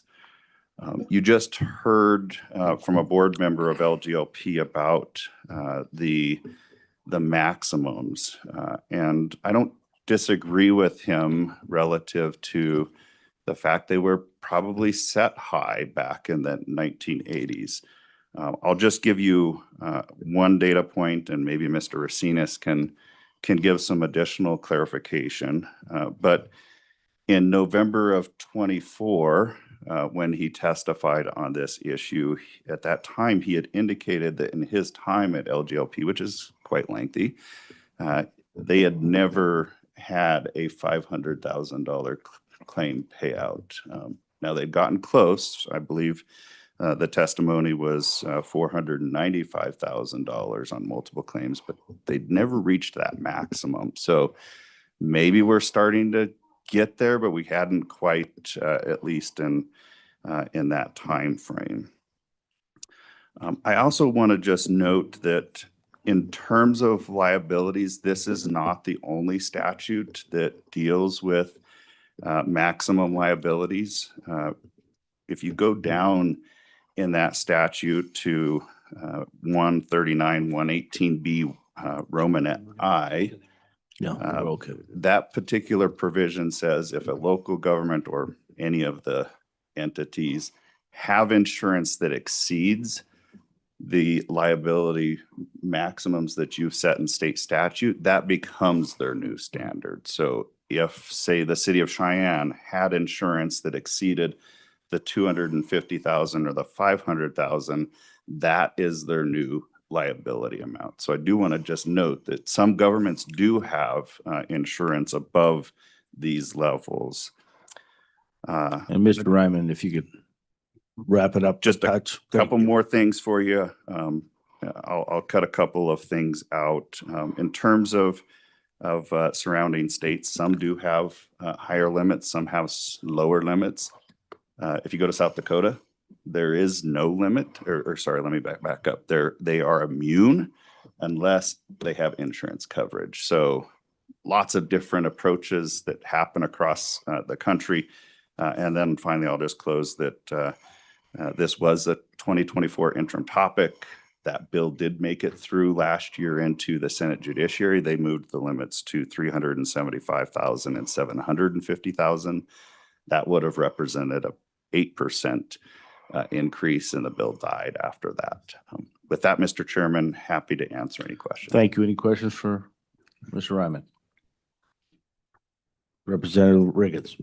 Thank you. And anybody can answer this question. I guess I'm just wondering, the purpose of having insurance is so they don't take my personal assets, right? It's one of the main reasons. So can any of the people you represent, does that type of legal action apply to you as well in certain instances or in rare instances that you can be sued for additional punitive damages or medical claims, something like that? Who would like to speak to that?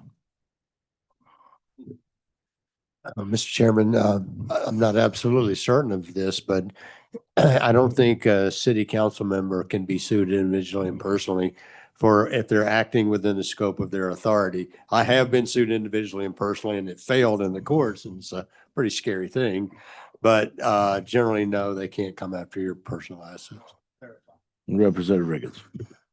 I was just speaking as a personal person, not as a corporation or as a company and stuff, where it would be collectively, like sue the municipality for additional damages or sue the city for additional damage, not the individual person. Because that's who's being insured, correct? The municipality or whoever in this case was the DOT or whatever. Mr. Chairman, Representative Reagan's to answer that question. Yeah, obviously anybody can sue for anything, but like the small town of Albin, if they want to sue us for more than 200 and some thousand, they can own the town and run it the way they want, but most of them don't want to do that because they don't want the headache of running the town. There's no other questions. Thank you for that. You guys, thank you for being here, everyone. Appreciate that. All right, and we're gonna make it pretty tight, although I think maybe one of you has a lot of data, but please try to keep your comments as short and concise as you possibly can. So thank you.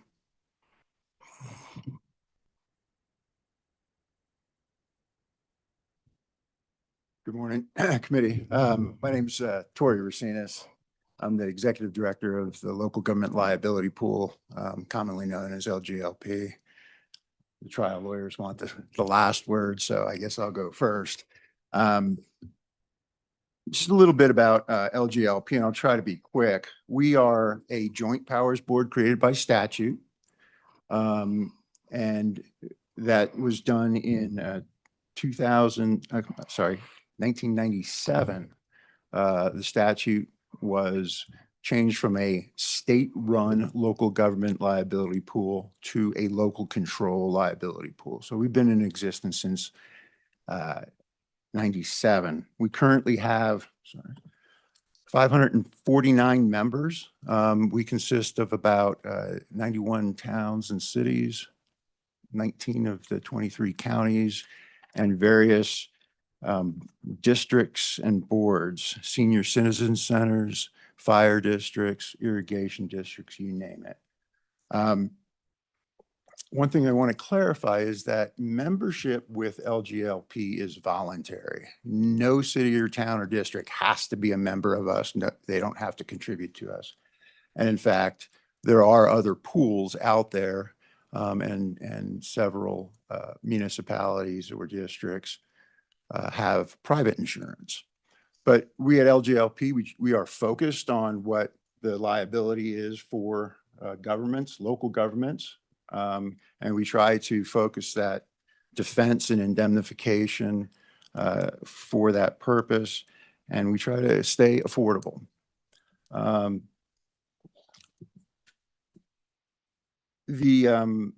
As I've indicated in the email that I sent to you last night, the impact for the local government liability pool, as told to us by our actuaries, in a study done for the interim topic in 24, would be an increase of approximately 19% per year.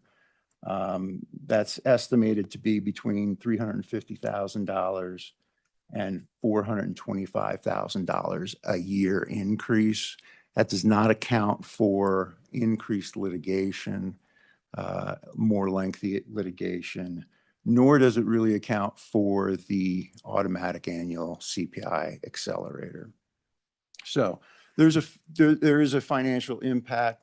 That cost will be passed down to our members annually.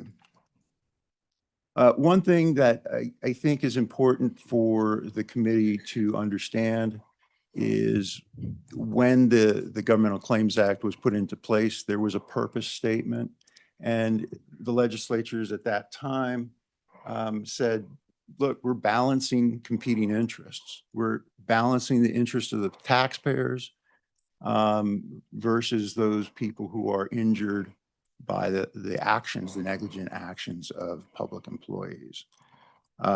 So it's a tough question. And one question that I've heard repeatedly here is the inflationary aspect. You go back to 79, and Representative Smith, I think, captured that correctly, 500,000 when it came out of the legislature. Interesting facts, sub-facts though. When it came out of the Judiciary Committee, the introduced bill suggested $50,000 per claimant. And what I'm going to suggest to you is those numbers are best guesses by the body of the legislature. And I'm not suggesting that what I will suggest is it is your prerogative. You have to take in all that information and decide what is the appropriate balancing of those equities. But $500,000 coming out of the judiciary interim study is placed at $500,000 per occurrence in the 79 bill that passed. It was in 1987, it was reduced to 250,500 currently. Interestingly enough, Governor Herschler's State of the State prior to that session suggested to the legislature, we have to lower the Governmental Claims Act caps, and he suggested $100,000 per claimant. So there's all kinds of different ideas out there. So Mr. Racines, try to wrap it up just a touch if you could, please. Absolutely. This was mentioned, the exceptional case. We're concerned about the exceptional case becoming, the rule here. We've had, our experience is in, since 97, we've had 2 CAPS cases paid out of the CAPS. I will tell you, currently, that number's probably looking like 4. Very, as Mr. Ryman said, no payments at $500,000 total. And I'm happy to answer questions. All right. That you're. Any questions for Mr. Racines? Actually, please, Representative Campbell. Thank you, Mr. Chairman. Thank you, Mr. Racines, for being here. I'm going to be very quick. As far as this limited liability, I don't know, I'm sitting here researching and looking, comparing Wyoming to our surrounding states, because that's generally what I do. I know that Wyoming, we're self-insured, but we are way, way under all our surrounding states. I'm looking at Utah at almost over 3.5 million, Montana 1.5 million, Colorado 1.4 on the high end of the per occurrence. I'm just saying that Wyoming is very low on this. Is this because we're self-insuring? Would we do better looking at private insurance on something like this? How can we compete to where we are comparable to our surrounding states? Thank you for your time. Mr. Racines. Mr. Chairman, Representative Campbell, it's interesting that you put it in, how can we compete in that way? I mean, I think that those states have made policy decisions about the costs that they're willing to pay. I frankly don't know how they finance those limits. I will tell you that Wyoming is not the lowest state by far. You've got Rhode Island, Massachusetts, Virginia, all at $100,000 per claimant.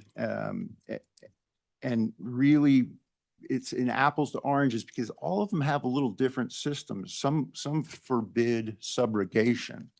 And you heard about the Casper fire, again, one of those exceptional cases that wasn't ours, but, the subrogation payments, 75% went to insurance companies out of that $500,000. So it's really complicated.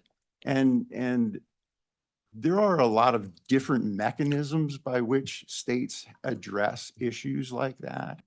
And, certainly the legislature can decide to do things like forbidding subrogation against government entities. The other thing that I do want to point out is the medical billing. And that is another complicated area because the bill, let's say it's $1 million medical bills.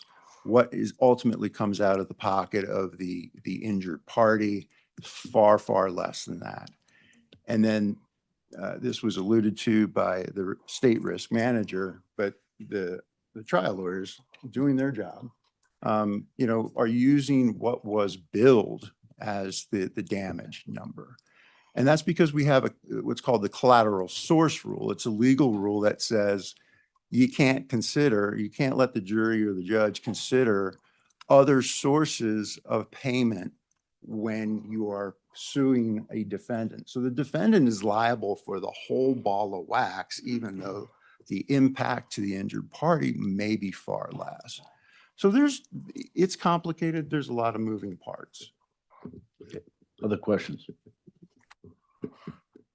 All right. I would ask that we hold people to 3 minutes. So we are Come gonna, in early to try to get our work done and just letting people go on and on. So I'd ask that I- we keep them to 3 minutes. if, please be respectful of the time. I would appreciate that, but thank you. Okay. Other questions for Mr. Racines, or we can move on? All right, other folks to speak, please. Mr. Chairman, Lanny Applegate representing the Wyoming Fire Chiefs and the Rural Fire Association. And I'll make it real brief to help you out. Our concern is not to downplay the concerns of liability and whatnot. And the individuals are suffering, may suffer. But a lot of our departments that we represent is certainly having some budget issues. And if with this premium going or potential going up, our premiums are going to go up considerably. And a lot of departments, the smaller ones specifically, are battling right now to try to figure out how they're going to come up with to pay the bills and pay for liability insurance and whatnot. So I'll take it from a totally different angle. Like I say, it's not to downplay any injuries or whatnot, because we certainly understand that, and I'll leave it at that. I'd love to answer any questions. Let's do this. Maybe we'll let you all speak and then ask questions. How's that? Would that be acceptable with everybody? Perfect. Thank you, Mr. Applegate. Appreciate that. Please, sir. Mr. Chairman, Jim Wamsley, also representing the Wyoming Fire Chief. Your last name, sorry? Wamsley. Wamsley. Thank you, sir. And I would just echo the comments from my companion here that, the increase in premiums is going to negatively affect the small fire departments and fire districts that right now are struggling to cope and come to terms with the reductions in revenue that they've been saddled with over the last year or so. So thank you, Mr. Chairman. Thank you. Good morning, Mr. Chairman. My name is Beth Lance. I'm here from the Wyoming Trial Lawyers Association. We do support this bill. I want to clarify, when claims of this sort come forward, they come forward often for somewhat minimal amounts. Things such as windshields have been covered before. So I want to be clear that when we're looking at changing these numbers, what we're changing is just that maximum amount in the event that we have one of these catastrophic situations. Fortunately, they are more rare. They are not common. I would say most payouts are well below the $250,000 for an individual and are quite minimal. It's important to also understand no one is paid unless the government is actually found liable. So it's important to understand that that has to be proven, that the government was actually someone within the government under the scope of their employment, or the city or whatnot itself was actually liable for that before anything is paid. So those are things that have to be sorted before anything happens in these cases. I want to just give you a few of those additional examples, though, for cases in Wyoming, why it does matter to Wyoming citizens to look at raising these maximum amounts in people that have had catastrophic issues. There was a case where a man was riding his motorcycle, was struck by a city bus, and was killed. The estimated damages in that case were over $7 million. And with a cap of $250,000, obviously, that is significant. In 2023, there was a city snowplow driver that failed to stop at a stop sign and killed a 29-year-old man. The estimated damages there were at least $2.2 million. And again, we're looking at $250,000 under the current law. In 2017, a county vehicle ran a red light, crashed into another vehicle. Just the medical expenses out of pocket in that case were $350,000. So again, more than the $250,000 minimum. And these kinds of cases, and the case that the Smith family has endured, will just continue to happen. And the costs of, as everyone here knows, of medical expenses are just going to continue to rise. And the government is in a position now where we're not making our own Wyoming citizens when the government is determined to be liable for these kinds of things. So just stand in support. Thank you. All right, questions for anyone up there, please? Ms. Lane, Representative Lane. Thank you, Mr. Chairman. I'm sorry, I missed your name, the Trial Lawyers Association, where it says the sum of $1 million, does that need to say up to that amount? Or or does that give you the flexibility to work within that? Or does that mean when we file for a windshield, we're going to be paying $1 million? Ms. Lance. Mr. Chairman, Representative Lean, I would just point you to, we're looking at page 2 at the very top. If you look at lines 1 and 2, that's the clarifying language I think you're seeking there, which states that including a public employee while acting within the scope of his duties shall not exceed. So that's that limitation language that the law would require that makes it clear that that's just a maximum amount. No claim can exceed that amount. Representative Lucas. Thank you, Mr. Chairman.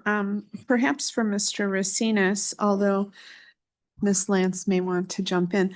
I'm wondering, because we have few catastrophic claims, but they are certainly severe and very important, if we were to have a tiered system where, you know, property, for example, can be very minor in amount. Windshields could be more, of course, but sewer backups don't tend to fall into the same monetary area as a catastrophic injury or death.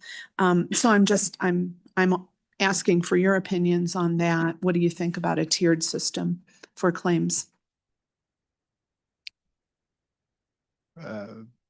Vice Chairman Stivar, Representative Lucas. Some states do have tiered systems, and you will see in those states a number of different schemes. One will limit bodily injury to 100,000 or 200,000, will limit other types of injury, the non-medical injuries to a certain amount, property damage to a certain amount. And, you know, it apparently works for them. And those are some of those examples of states with higher caps than Wyoming. And the other thing that you do see in a number of states is a different cap for the state versus municipal governments. And there's like in a number of states, you know, $100,000 limits. I think Alabama, Delaware, Arkansas have different municipal limits. Some are 100,000, some are 300,000, some are 25,000 to 50,000. So there's all sorts of different systems that could be put in place. Absolutely. If I could maybe address what I think you're getting at is the exceptional case. Is there some scheme that we can get to the exceptional case? I don't know. My concern is the exception being swallowed, becoming the rule. And we have, you know, we have an adversarial system, and that's the way we are set up. And, you know, the plaintiff side wants to advocate for their clients. And, you know, if there's an exception, then more cases will be argued for exceptions, increasing the length of litigation, increasing litigation costs. You know, we not only pay judgments, but we pay for the defense of these cases. And along those lines, just one, don't want to totally disagree with my friend Beth Lance, but payments are made all the time without a judge or jury finding people liable. And that's the settlement aspect. And the vast majority of our claims are settled. as opposed to being litigated. So that's a factor driving up settlements as well.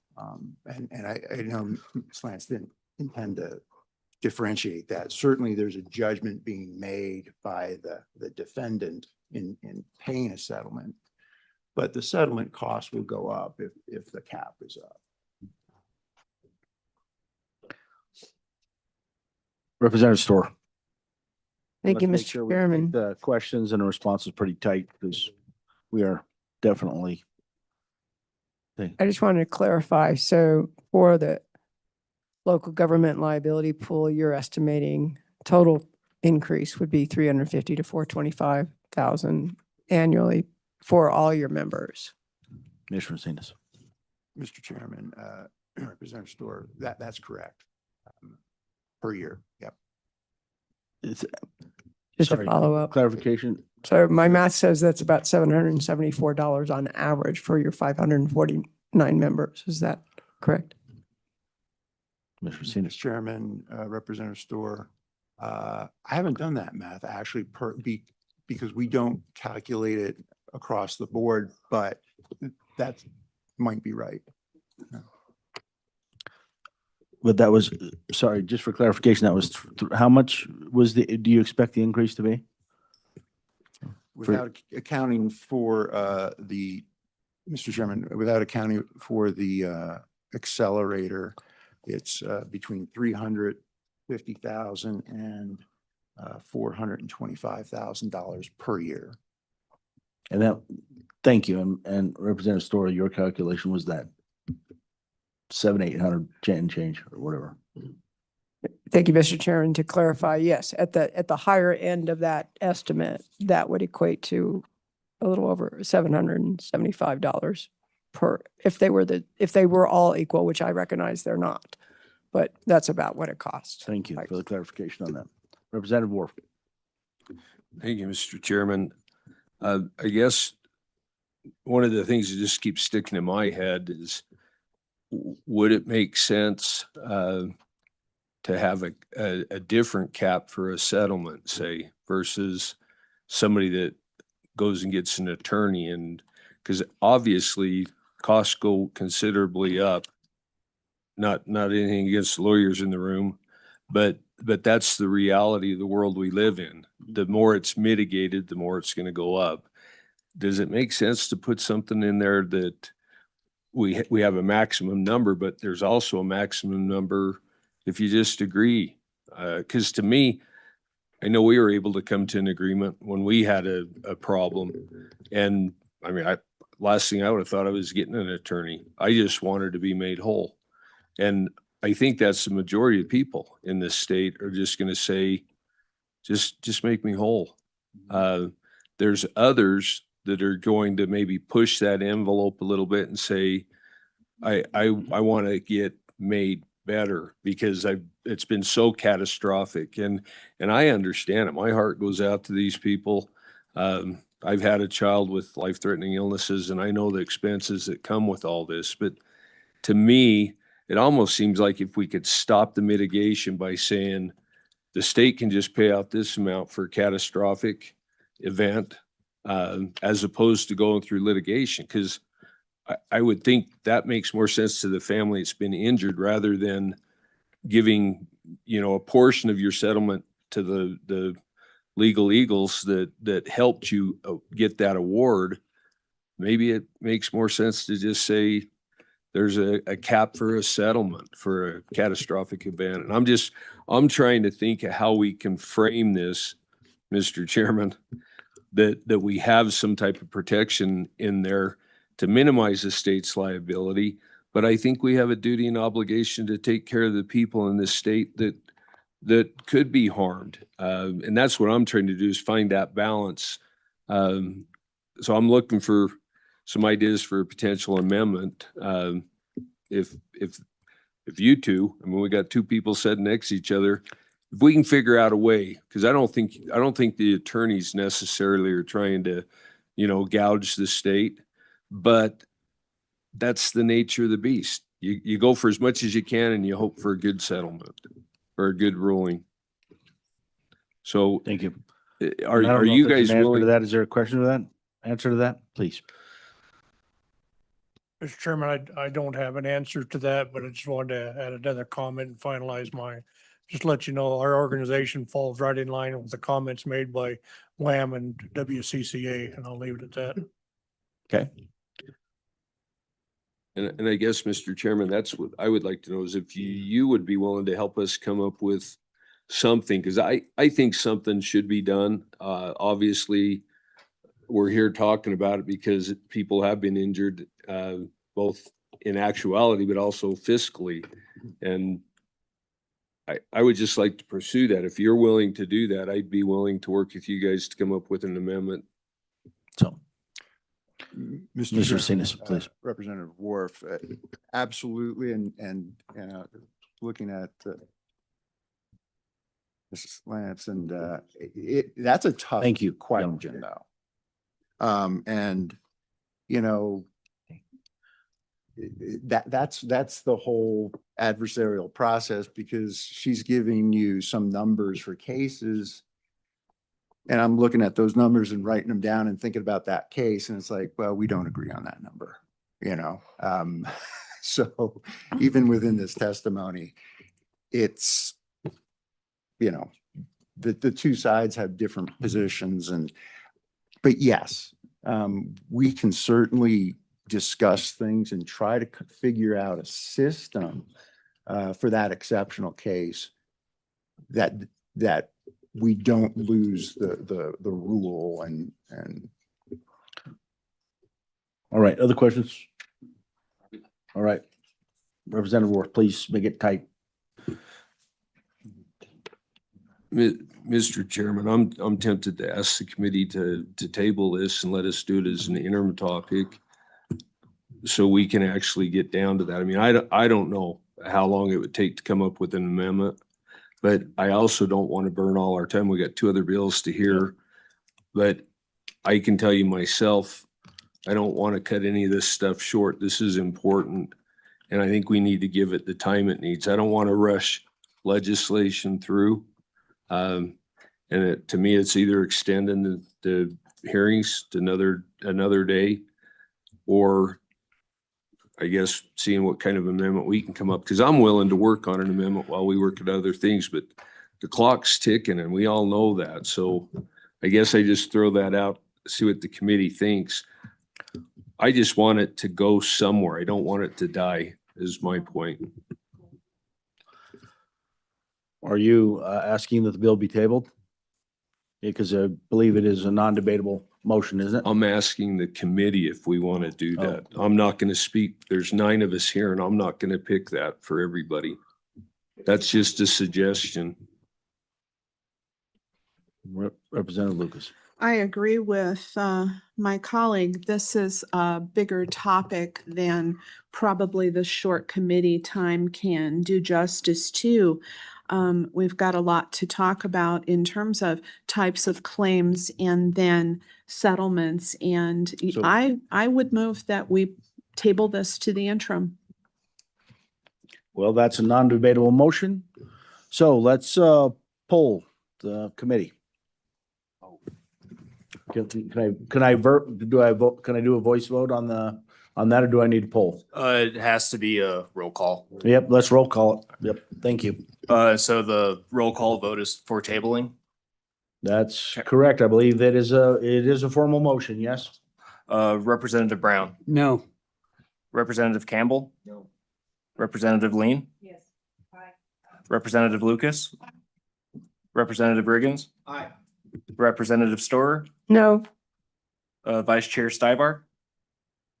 No. Representative Worf. Aye. Chairman Locke. No. Mr. Chairman, you have 5 noes and 4 ayes. So this bill has been tabled. To the end, right? Has not been. No. Mr. Chairman, it's the other way around. Yeah, You it have was 5 noes. 5-4. We move forward. Sorry, I can't count. We're moving forward. All right.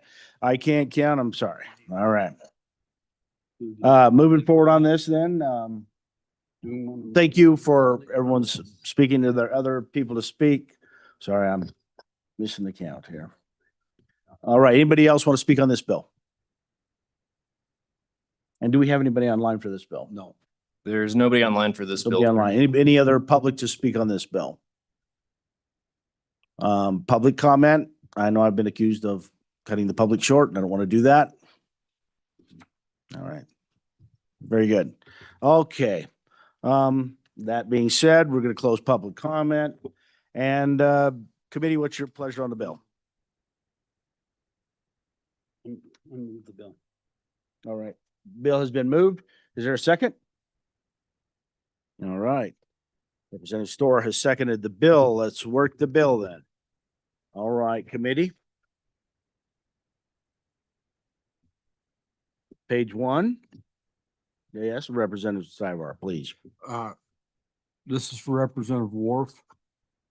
Let's move this forward and you can work before it hits second reading during the committee of the whole to have a amendment worked out of what you're thinking. That's. Mr. Chairman, I will try. We all know the time constraints that are on us. I just worry. I guess I should have my mic on, Mr. Chairman. Let me ask you a question. The concerns I have is just the timeliness. I don't want to rush it. And I'm afraid I'm going to have to vote no on it because I think that I have too many issues with it. So it's probably going to obligate me to be a no vote. I support it. I just think we need to do more than just increase the cap. So just so everybody understands why I'm probably a no vote on this.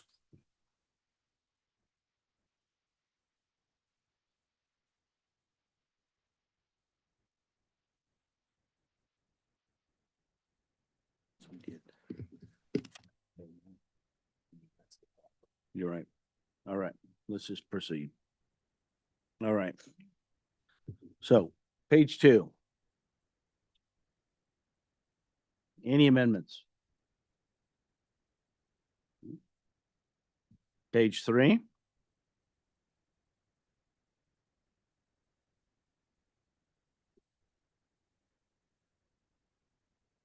Page 4.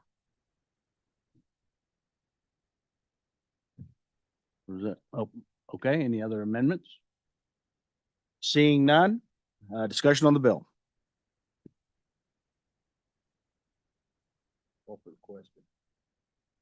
No discussion? Oh, Representative Riggins, please. Thank you, Mr. Chairman. I would have liked to have been able to have, look at all the interim committee information that they had 2 years ago. And that didn't get moved, and that was, the numbers were a couple $100,000 each per category. And so I'm unlikely to vote for this because I would like to have that information, had time to study it. We don't know these bills are coming to this room. So we don't know these bills are going to even get introduced. So I think there's a lot more to consider. Could I see this being halved? These increases being halved and then consider it? But whatever is considered, I think these pools and the counties need to have a very specific number a year in advance so they know exactly what that's going to cost them just up ahead of time. So gives them a very firm number. And that's all I have on it.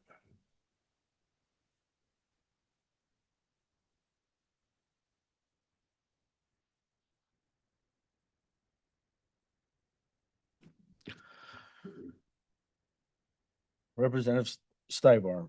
I make the motion, we lay this back till Thursday, the 19th. Right now, we only have one bill on Thursday to give people more time on the committee to digest it, your amendment. That'd be my motion. Is that acceptable motion in this process? Our understanding, that's your prerogative as chairman. Okay, because I sense that the committee may need more time, and so, but I want to ask if that your feeling on that motion. So, Mr. Chairman, I would second that. Second that and motion. I think that's wise and prudent of this committee. All right, discussion on that motion. Okay, all in favor of the motion to lay this back a day. So that being said, this bill will continue to be heard on Thursday on our agenda, and it will make our list on agenda. And for those of you who may or may not be able to make it back, I apologize, but I do believe we better give the committee thoughtful opportunity on this bill. So, so all in favor, say aye. Oh, do I need a voice vote on that? Is a voice vote acceptable? It's your decision as chairman. All right. All in favor, say aye. Opposed? All right. Thank you. And thank you all for being here for the testimony. I really do appreciate it. And for those of you who may have to come back on Thursday, thank you for your patience and working with us. But I know we do want to make a thoughtful decision here and make sure we do the right thing. So thank you. All right. So we're going to move fast now. So, all right. Going to move straight to House Bill 127. What's that? Yeah. So you see. Yep. All right, Mr. Speaker, please proceed on House Bill 127. Good morning, Mr. Chairman. Good morning, committee. Thanks for the opportunity to be able to present to you House Bill 127, voter approval for recreational mill levy. I guess I'll give you a little bit of background on what prompted the need for this particular piece of legislation in my mind and in the mind of my constituents. Currently, we have all but one now of the counties in the state of Wyoming that have passed, under my understanding, a recreational mill. My county in Crook was the number 2 of the counties that had not done it, and it was recently passed. There are 2 other counties that have portions of their mills that they actually pass on to recreation. But I guess the issue that we ran into and the issue that I'm trying to address here is the fact that these mills are not allowed to be voted on by the people that are going to be paying the bill, the constituents. These mills can be brought and voted on by a school board. And in our particular situation, a 6-3 vote allowed a mill to be assessed to the voters of Crook County without their ability to be able to opine on it. And these mills are consistent. They go on. They're ongoing. So they don't have a sunset. They have never have to have the opportunity to go back before the voters and to see if they're doing what they're supposed to be doing. And my position is that I would love to be able to have the voters in these situations have the ability to be able to opine on this decision and see if that's something that they support as taxpayers.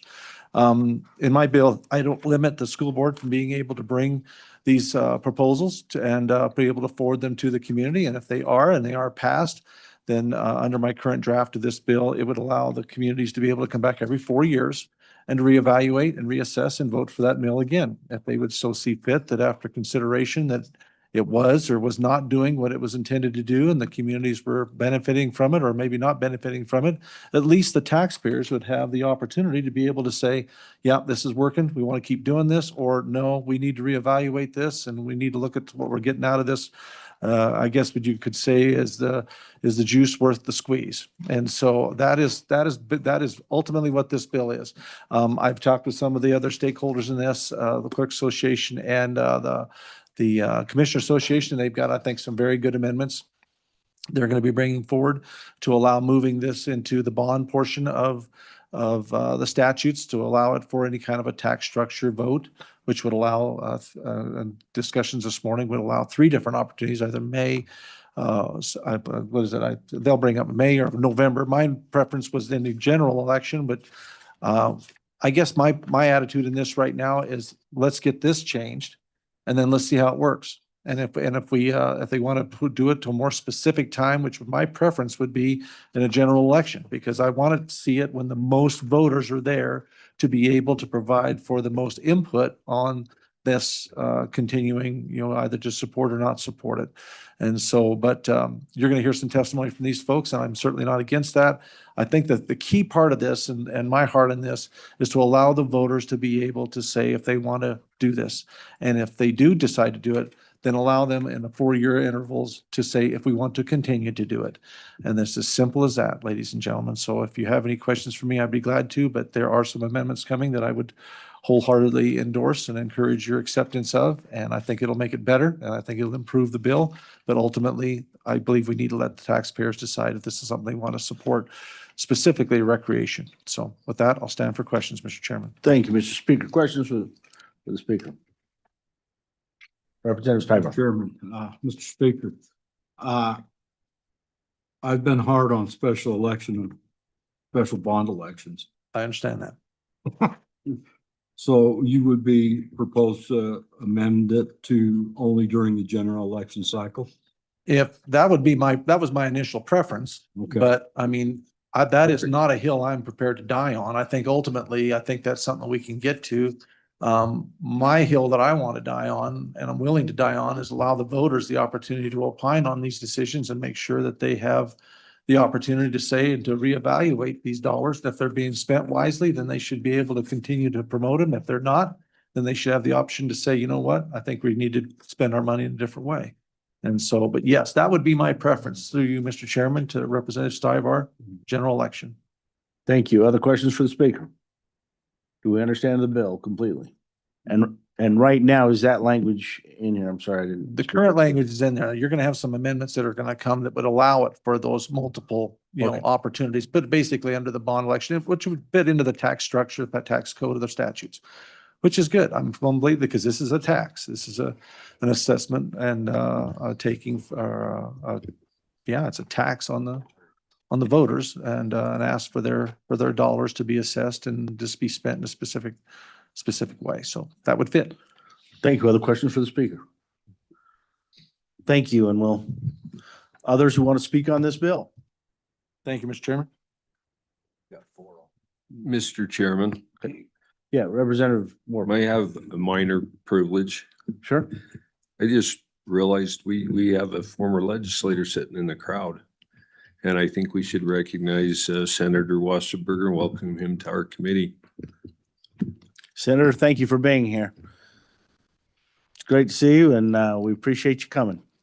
Mr. Speaker, Mr. Chairman, I'd like to ask for 2 minutes for comment. So let's, thank you. Let's keep it tight. We'll try for 2.5 minutes and let's just see if we can't keep the message tight, but thank you.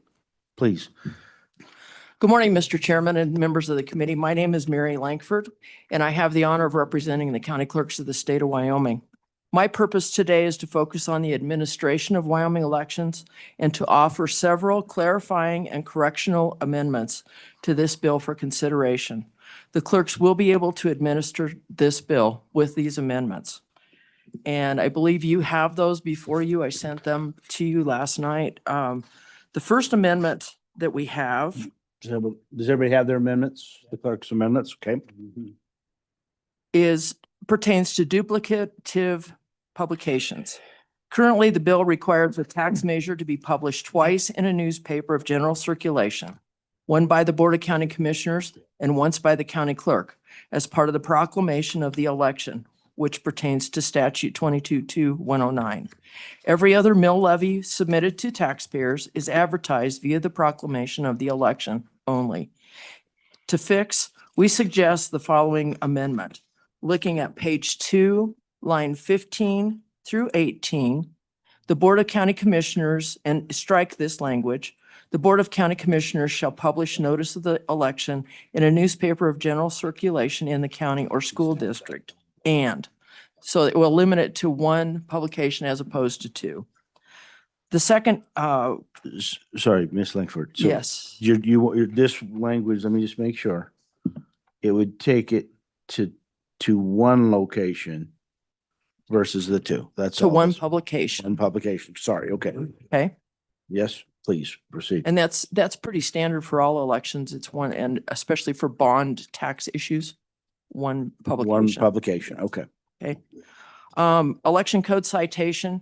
Currently, the bill requires the tax measure to be administered pursuant to 22-301 through 304, which is the school or community college election procedures.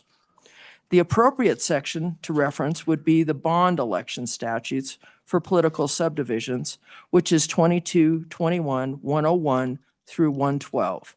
This section provides notice requirements to county clerks, ballot design guidelines, amongst others, which is why other mill levy provisions reference the bond election statutes when being submitted to elections or to electors.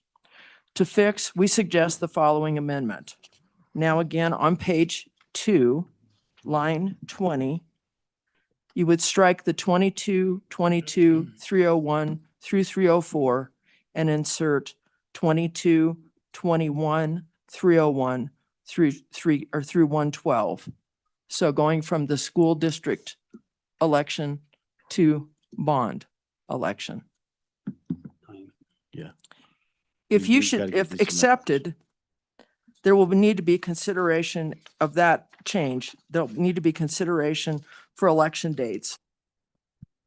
The bill currently requires that the tax measure be submitted on the general election ballot. However, if 22-21-103 allows for tax measures to be submitted in May, August, or November, as such, either 22-21-103 will need to be amended, or the bill will need to be amended on page 2, line 15.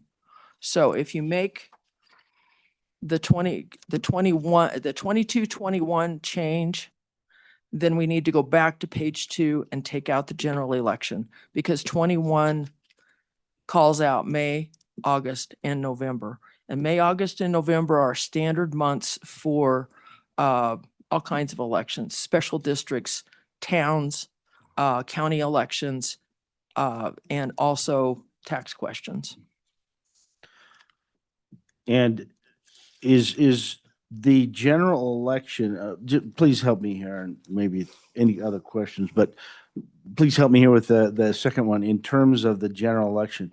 So in this case, if we make these changes to the statutes, which sounds like might be potentially more appropriate, can we still leave the concept of the general election? Can we still leave general election in this in this case? Is that an option? Please help me with that instruction. So 22-21, if you go with the bond statute, it calls out May, August, and November for those elections. Well, Calling out the general election ahead of that is a duplication, and that's probably a question for your legal counsel. Okay. As far as, yeah. Sure. And I understand, conceptually, May, August, November, at least currently, that's most of our elections land at least in August and May, November. August, and- yes. General's gonna always land in November, so I guess conceptually that's right in the ballpark, but Mr. Chairman, I'm an old person around here. Before that, part of the reason why they landed on May, August, and November is we're used to having elections those months. Before it took away the situation where they would just call a special for whatever. They call a special election to have an election on whatever. And that's when they tightened up the bond election law a number of years ago and said, 3 times, that's it, no specials. okay. Okay. And we probably have opinions on that. Yeah. But with these 2 amendments, the clerks would be able to properly administer this. And it really would not change the fact it would have to be elected. It doesn't change the time period of the reelection, doesn't change any of that, so. Right. Mr. Chairman, that's right. It would fall right into the bond election law that we're comfortable with administering. Those questions, as I said, fall on major elections that the clerks administer. So that would make sense. So we would appreciate those amendments to be considered. Okay. And with that, thank you for the opportunity, and I'm happy to stand for any other questions you may have. Thank you. Questions for Ms. Langford? Representative Lucas, blah, blah, blah. Thank you, Mr. Chairman. Ms. Langford, thank you for being here today. I always enjoy hearing your explanations. It makes things a little clearer sometimes. So these 2 amendments, you would be able to administer this change. Mr. Chairman, Representative Lucas, yes. And so without one, you would not be able to?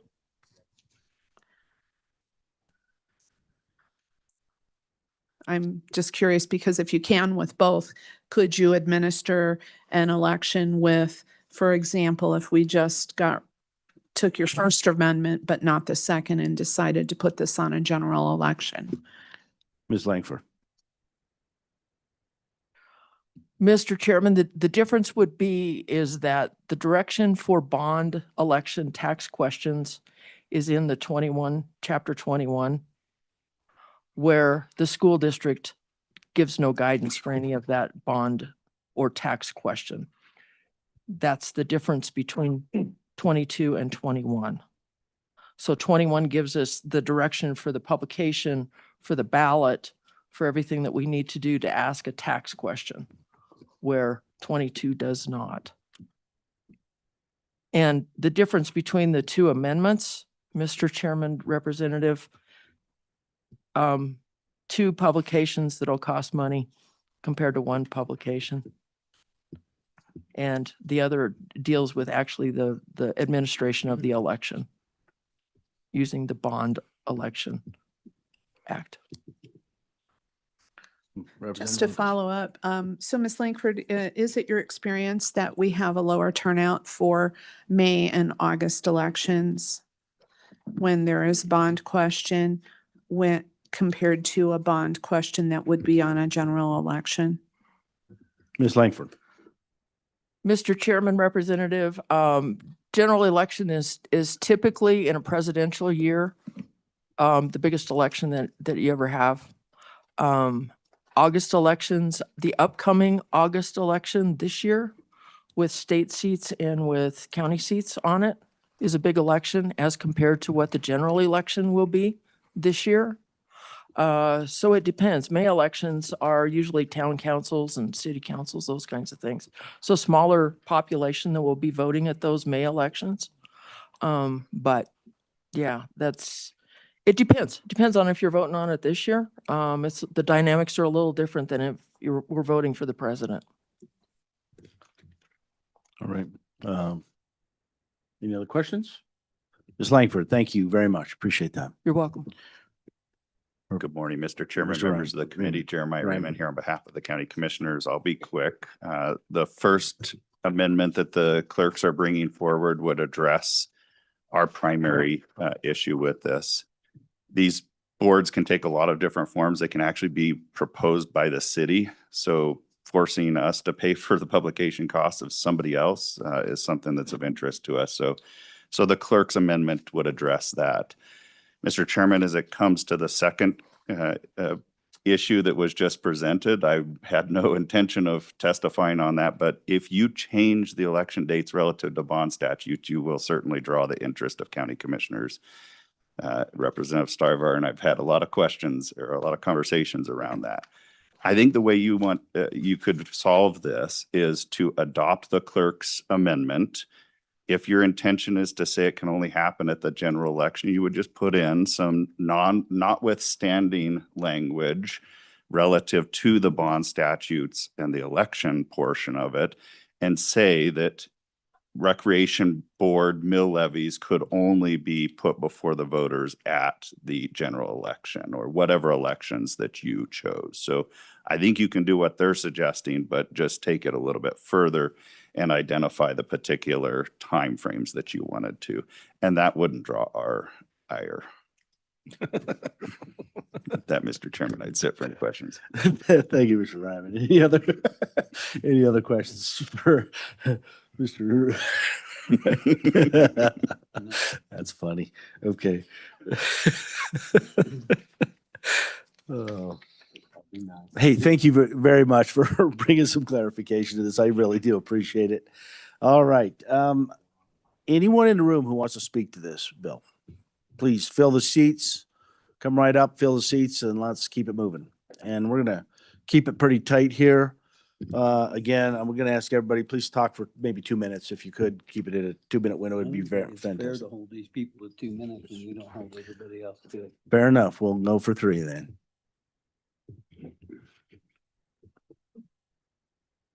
How you doing? Please proceed, sir. Hello, my name is Mark Kapp, resident of Crook County. Thank you for taking up this bill. This bill actually directly comes from Crook County because we're dealing with this right now. The chairman of our school board back in March of 2025, in an email exchange that I received from a public information request of the county attorney's office, were, because I don't have the email here, so I don't want to misquote it. There's conversation about how the taxes could be increased without a vote. And they identified the recreation mill levy allows them to charge a 1 mil levy and institute it. Freedom of Information request. The chairman of the school board stated in a May 2025 meeting with this room filled with people and somebody with a document with 100 signatures against the bill. They passed it anyways, against the will of the people. And he stated, we don't know what we're going to do with this money yet, but we're going to go ahead and pass it anyways because the statute allows us to do it. This needs to go to the vote. This bill is good. In regard to the amendments that the county commissioners, I agree with what they said. So basically what they're saying is that the language right now says they have to notify twice about the election. Strike that. And then I agree that this should be on the general election, not as a special bond election. So that's my comment. I stand for questions. If you want to know more details, there is a lawsuit ongoing within our county over this right now. Thank you, Mr. Cap. Questions? We'll keep it moving. Please, sir. Thank you, Mr. Chairman. Thank you. Thank you, Mr. Chairman. I'm not sure if I'm correct, but And please introduce yourself just to make sure it's on the record. my name's Jeff Wasserberger. I was a former member of the House here from 1995 to 2007, and then in the Senate from, I think, 2014 to 2021. So I spent 20 years in the Wyoming Legislature, and Thank you for your service. I was on the Revenue Committee for 2 terms, and I understand why you're squirming in your chairs today, because I squirmed in your chair once too. And the things you're dealing with we dealt with then too. But I'm on and against this bill for a lot of different reasons, and I want to make sure that we get this in as quickly as possible. But I ran in 1994 to be a part of the constitutional crisis that we had in our state over school funding. And at that point in time, we funded schools with the old classroom units. And the Supreme Court told the legislature that the way we funded schools was unconstitutional. And so we went through a series of 4 Supreme Court decisions, and ultimately we are where you are today with your recalibration committee coming forward with the bill. The reason why I'm here was I was chair of the Education Committee for 4 years when I was in the House. And one of the things that happened throughout that, our very first Campbell 1 case, we had 2 optional mills for school districts. And those optional mills at the end of the session ended up getting line item vetoed by the governor. And so they fell out. And so what happened a few years later was we passed the rec board mill that is there today so that school districts would have the opportunity to raise local funds for recreational purposes within the school. And so that was the reason, that's the history of it. And the other part of that is when we say that we should have elections, we have our county commissioners, they set their mill levy. Our municipalities set their 1 cent sales tax. Gillette Community College sets its mill levy. This local school board, this is their last piece of local control, and this is about all that they really have left. And then finally, Mr. Chairman, did you and I meet on a wrestling mat years ago? Did you wrestle for We probably did, I Well, believe. you know, and I just want you to all know that way back in the day, this is 45 years ago now, Tony Locke was a senior and I was a sophomore, and he thumped my head pretty dang hard that day. And so this is the first time I've seen you in years and years and years. Many So- years. And you're doing a great job as chair. And so I just wanted to say, you know, I worry about where we're headed in allowing our local school districts to have local control. And Mr. Chairman, my particular district, as you all know, you've looked at assessed valuations across the state, you know all the differences that we have, the disparities from, say, Niobrara County, where I grew up, that had no money in comparison to, say, Campbell County, where I taught for so many years. So I will leave it with that. And Mr. Chairman, I stand for questions. Thank you. Thank you. Any questions? Mr. Marsh? Thank you so much for your service, by the way, and everything. And Good to see you again after like 50 years or however long it's been. So, Mr. Chairman, it's a long time since 126 pounds for both of us. yeah, many Maybe pounds, you many more than years. me.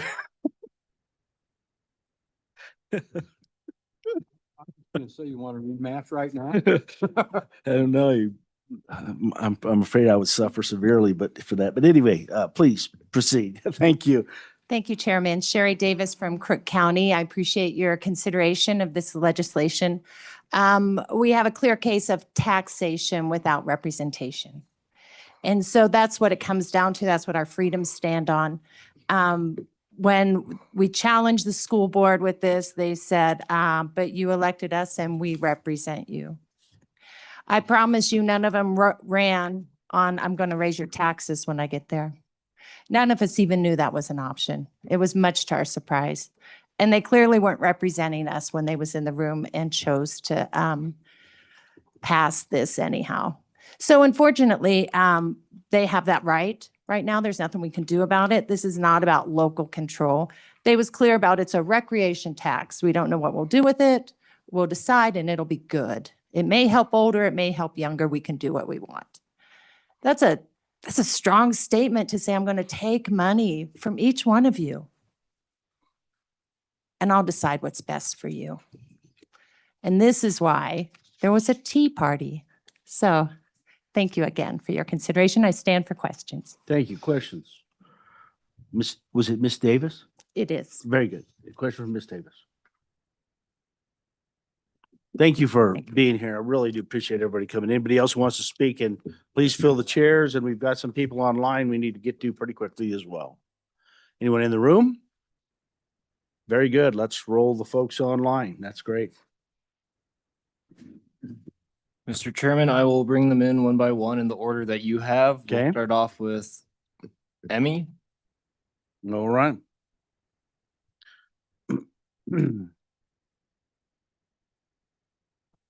Which one is it? This one? Right here. Mr. Chairman, they should be on the screen here in just a second. Mr.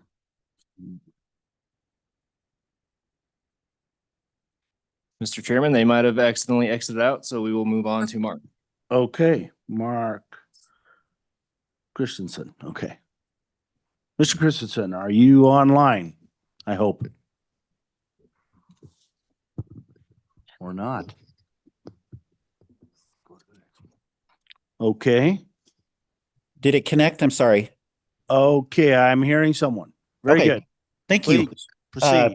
Mr. Chairman, members of the committee, I appreciate your time today. My name is Mark Christensen. I'm on the Board of Trustees of Campbell County School District. I previously spent 7 years as Campbell County Commissioner.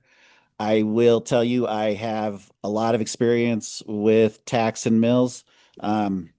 If you dislike or like monthly collection of ad valorem taxes for minerals, you can put a lot of that blame on me. Where I'm at today is I listened to the speaker, I listened to panelists there as well. These monies are important. So in Campbell County and districts across the state, you notice that there seems to be two different approaches to rec mill. So some do capital, others do primarily programming. In Campbell County, we actually do a mix of both. So you'll see a certain percentage of our rec mill monies go towards facilities. You'll see a certain percentage go towards programming. Some of that programming for us is after school. So the modern day version of like the CAT program for kids who are out of school at 3:40, but their parents don't pick them up at 5. We fund that with the Boys and Girls Club with rec mill money.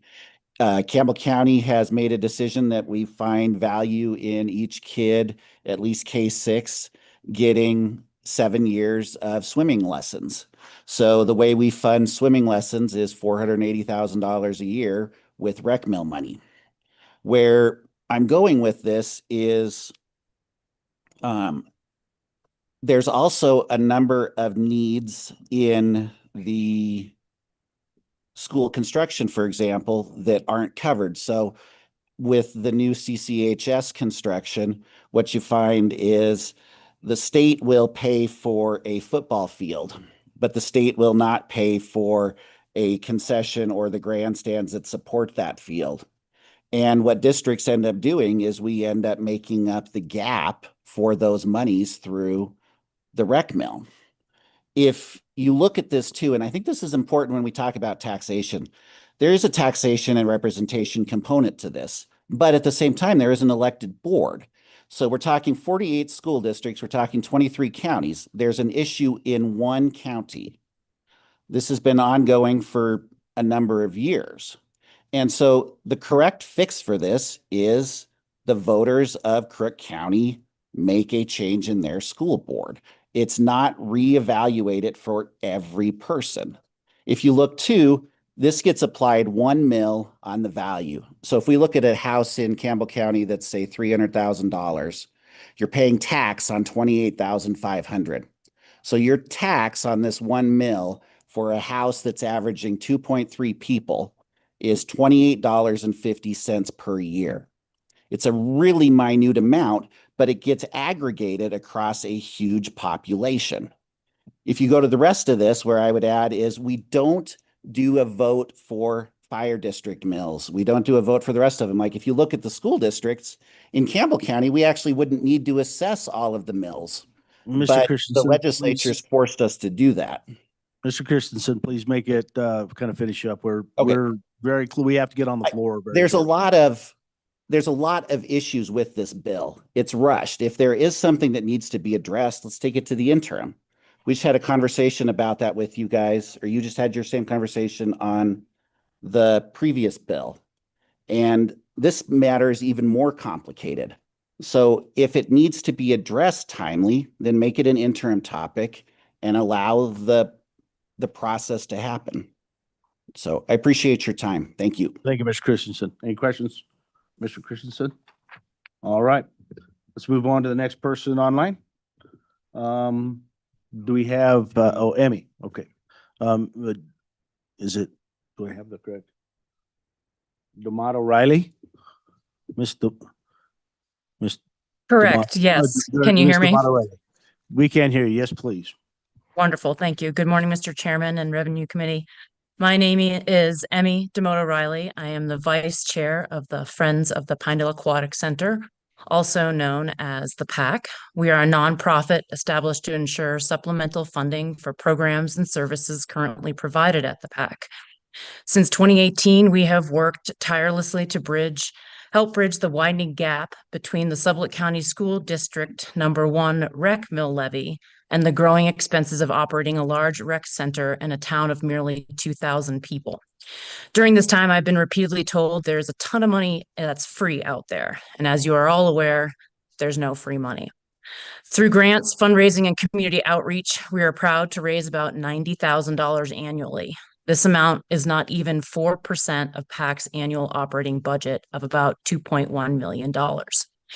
We have created an endowment. We continue to increase annual donations, and yet our efforts can never replace the $1.5 million in funds that PAC receives from the school district rec mill levy. If this bill passes, every 4 years, the future of PAC will be thrust into uncertainty and instability. This means critical learn-to-swim lessons for all Sublette County children would cease, invaluable summer day camp programming would end, 37 fitness programs for toddlers all the way up to seniors would be lost, and more than 60 full and part-time jobs would vanish, and a community treasure would shutter. The future of this incredible asset cannot hinge on election cycle uncertainty, nor the completely delusional idea that Friends of PAC could possibly raise an additional $1.5 million annually.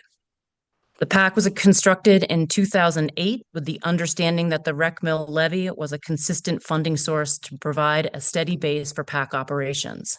Without this security, already hesitant donors may be reluctant to give, competitive grant awards would face greater scrutiny, patron membership would decline, and employee retention would be even more challenging. Please vote no on House Bill 127. Thank you for your time and consideration. Thank you, Ms. D'Amato Riley. And any questions for her today? All right, seeing none, thank you so much for your attendance. Appreciate that. All right, we have at least two more, correct? Chris Nelson or Amber Anderson? We'll go Chris Nelson first. Okay.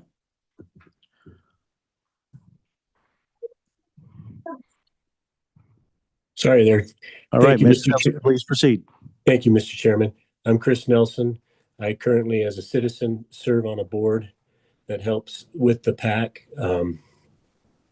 My concern with this bill, as we struggle to continue to fund the activities that we provide to this community for over 20 years now, this has been an integral part of our community.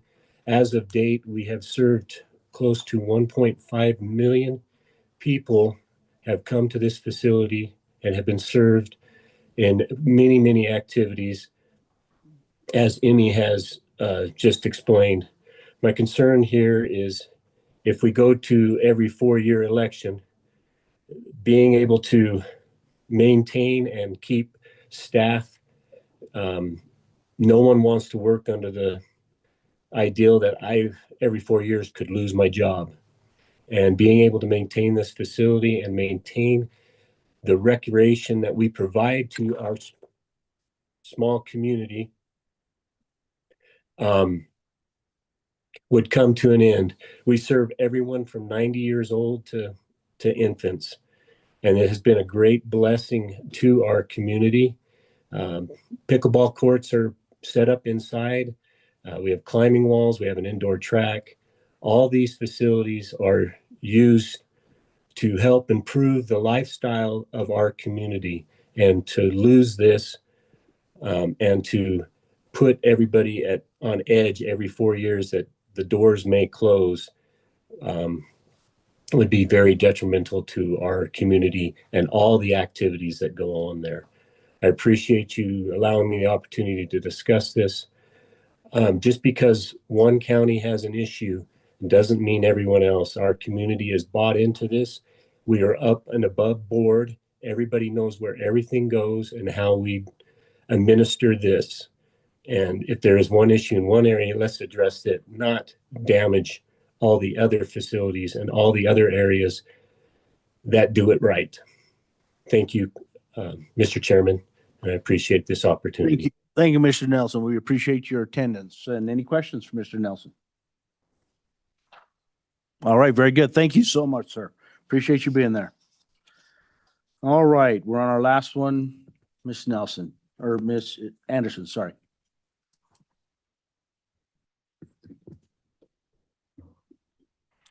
All right, Miss Anderson, thank you for being here, and please proceed.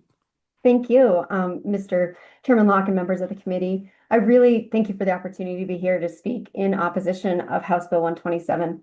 My name is Amber Anderson, and I serve as president of the Wyoming Recreation and Park Association. On behalf of recreation and park professionals across Wyoming, I respectfully urge you to carefully consider the real economic and community impacts of this legislation.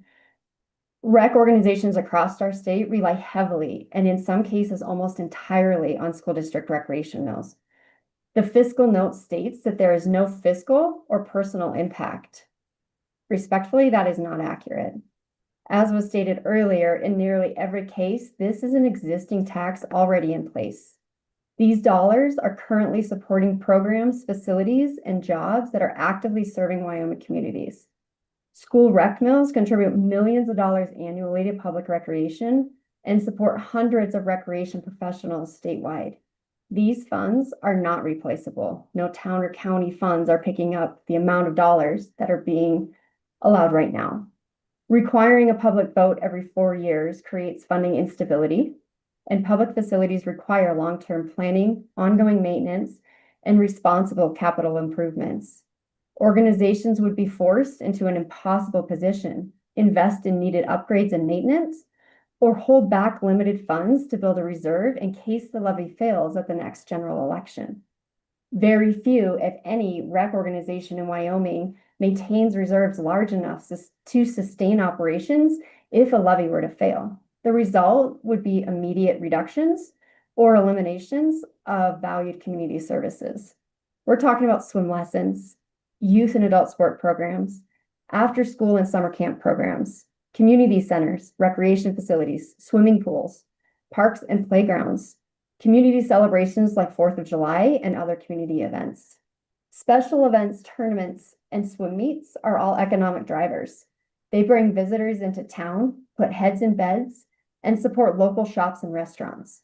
In my own community, the estimated direct impact of our rec events is at least $850,000 annually. And that is just one small Wyoming town. But beyond the economics, recreation provides connection. Wyoming is rural. We are isolated. Recreation facilities and programs are gathering places. They support not only physical health, but emotional and mental well-being. Wyoming consistently ranks among the states with the highest suicide rates in the nation. Jeopardizing community spaces that foster connection, belonging, and healthy habits carries consequences far beyond a budget line item. While some may argue that voters will approve what they value, general elections are complex and crowded. When faced with a tax question without full context, many voters default to no. The result could be the loss of services communities already rely on and support. Quality of life keeps families. Ms. Anderson, please try Yes, to thank tighten you. up. We're Yep. late for the floor. Thank you. Thank you. Yeah. This is a quality of life issue, and it's in every community. It's small communities, DuBois to Meeteetse, Pavilion to Big Piney, and larger communities like Rollins, Cody, Sheridan, and Green River. So please, please further review the real fiscal and community impacts of this proposed legislation. Thank you. Any questions for Ms. Anderson? Thank you, Ms. Anderson, for being here today. Appreciate that. All right, others to speak on the bill? Seeing none, we're going to close public comment. And Representative Storer moved the bill. Or was that Ms. Lean? Sorry about that. Representative Lean has moved the bill. Any seconds? Representative Lucas has seconded the bill. Okay, I know I'm moving fairly quickly here. Let's proceed. I'm not going to really go page by page, so talk with me about amendments. Thank you. Mr. Chairman, page 2, line 15 to 18, I'd like to strike from the word "the" at the end of 15 through the line 18 at the end of the word "and." Now, are you accepting the amendment, or what are you doing? So you're just accepting the First Amendment? Just the first, okay? All right, and there's a second on that. Discussion on the amendment. All right, all in favor of the amendment, say aye. Aye. Opposed? No. Okay. All right, any other amendments?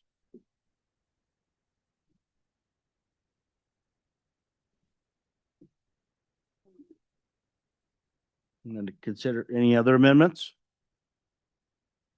All right, seeing none. What happened to any discussion on the bill? Representative Storer.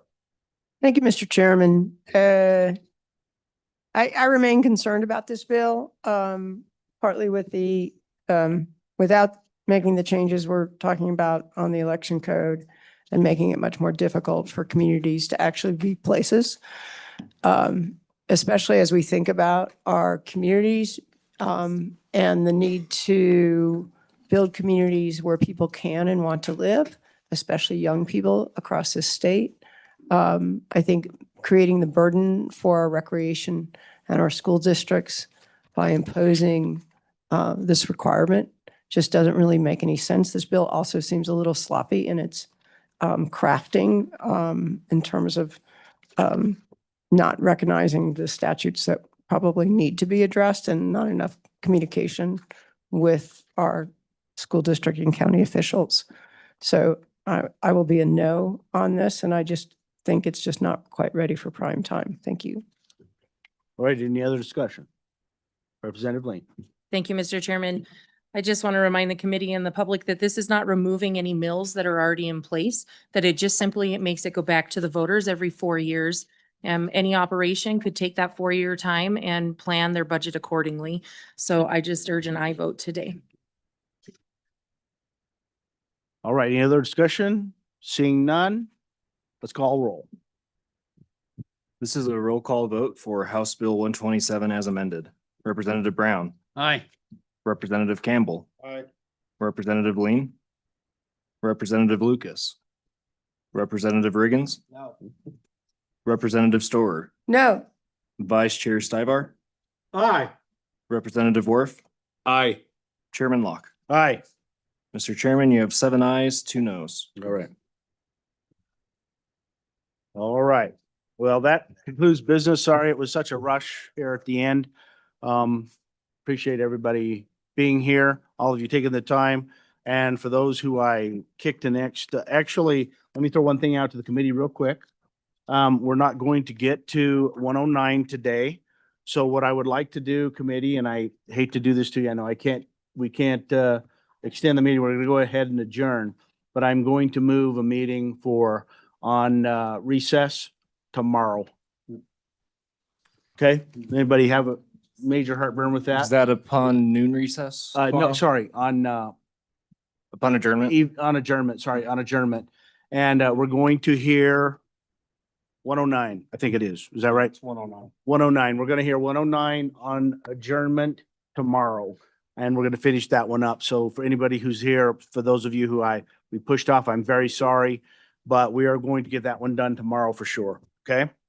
Thank you all for your patience. We would do it today if we could, but the meeting today won't permit it. We're probably gonna be here all night. So thank you very much. And this meeting is adjourned. Okay, guys, I gotta, that's it. Now.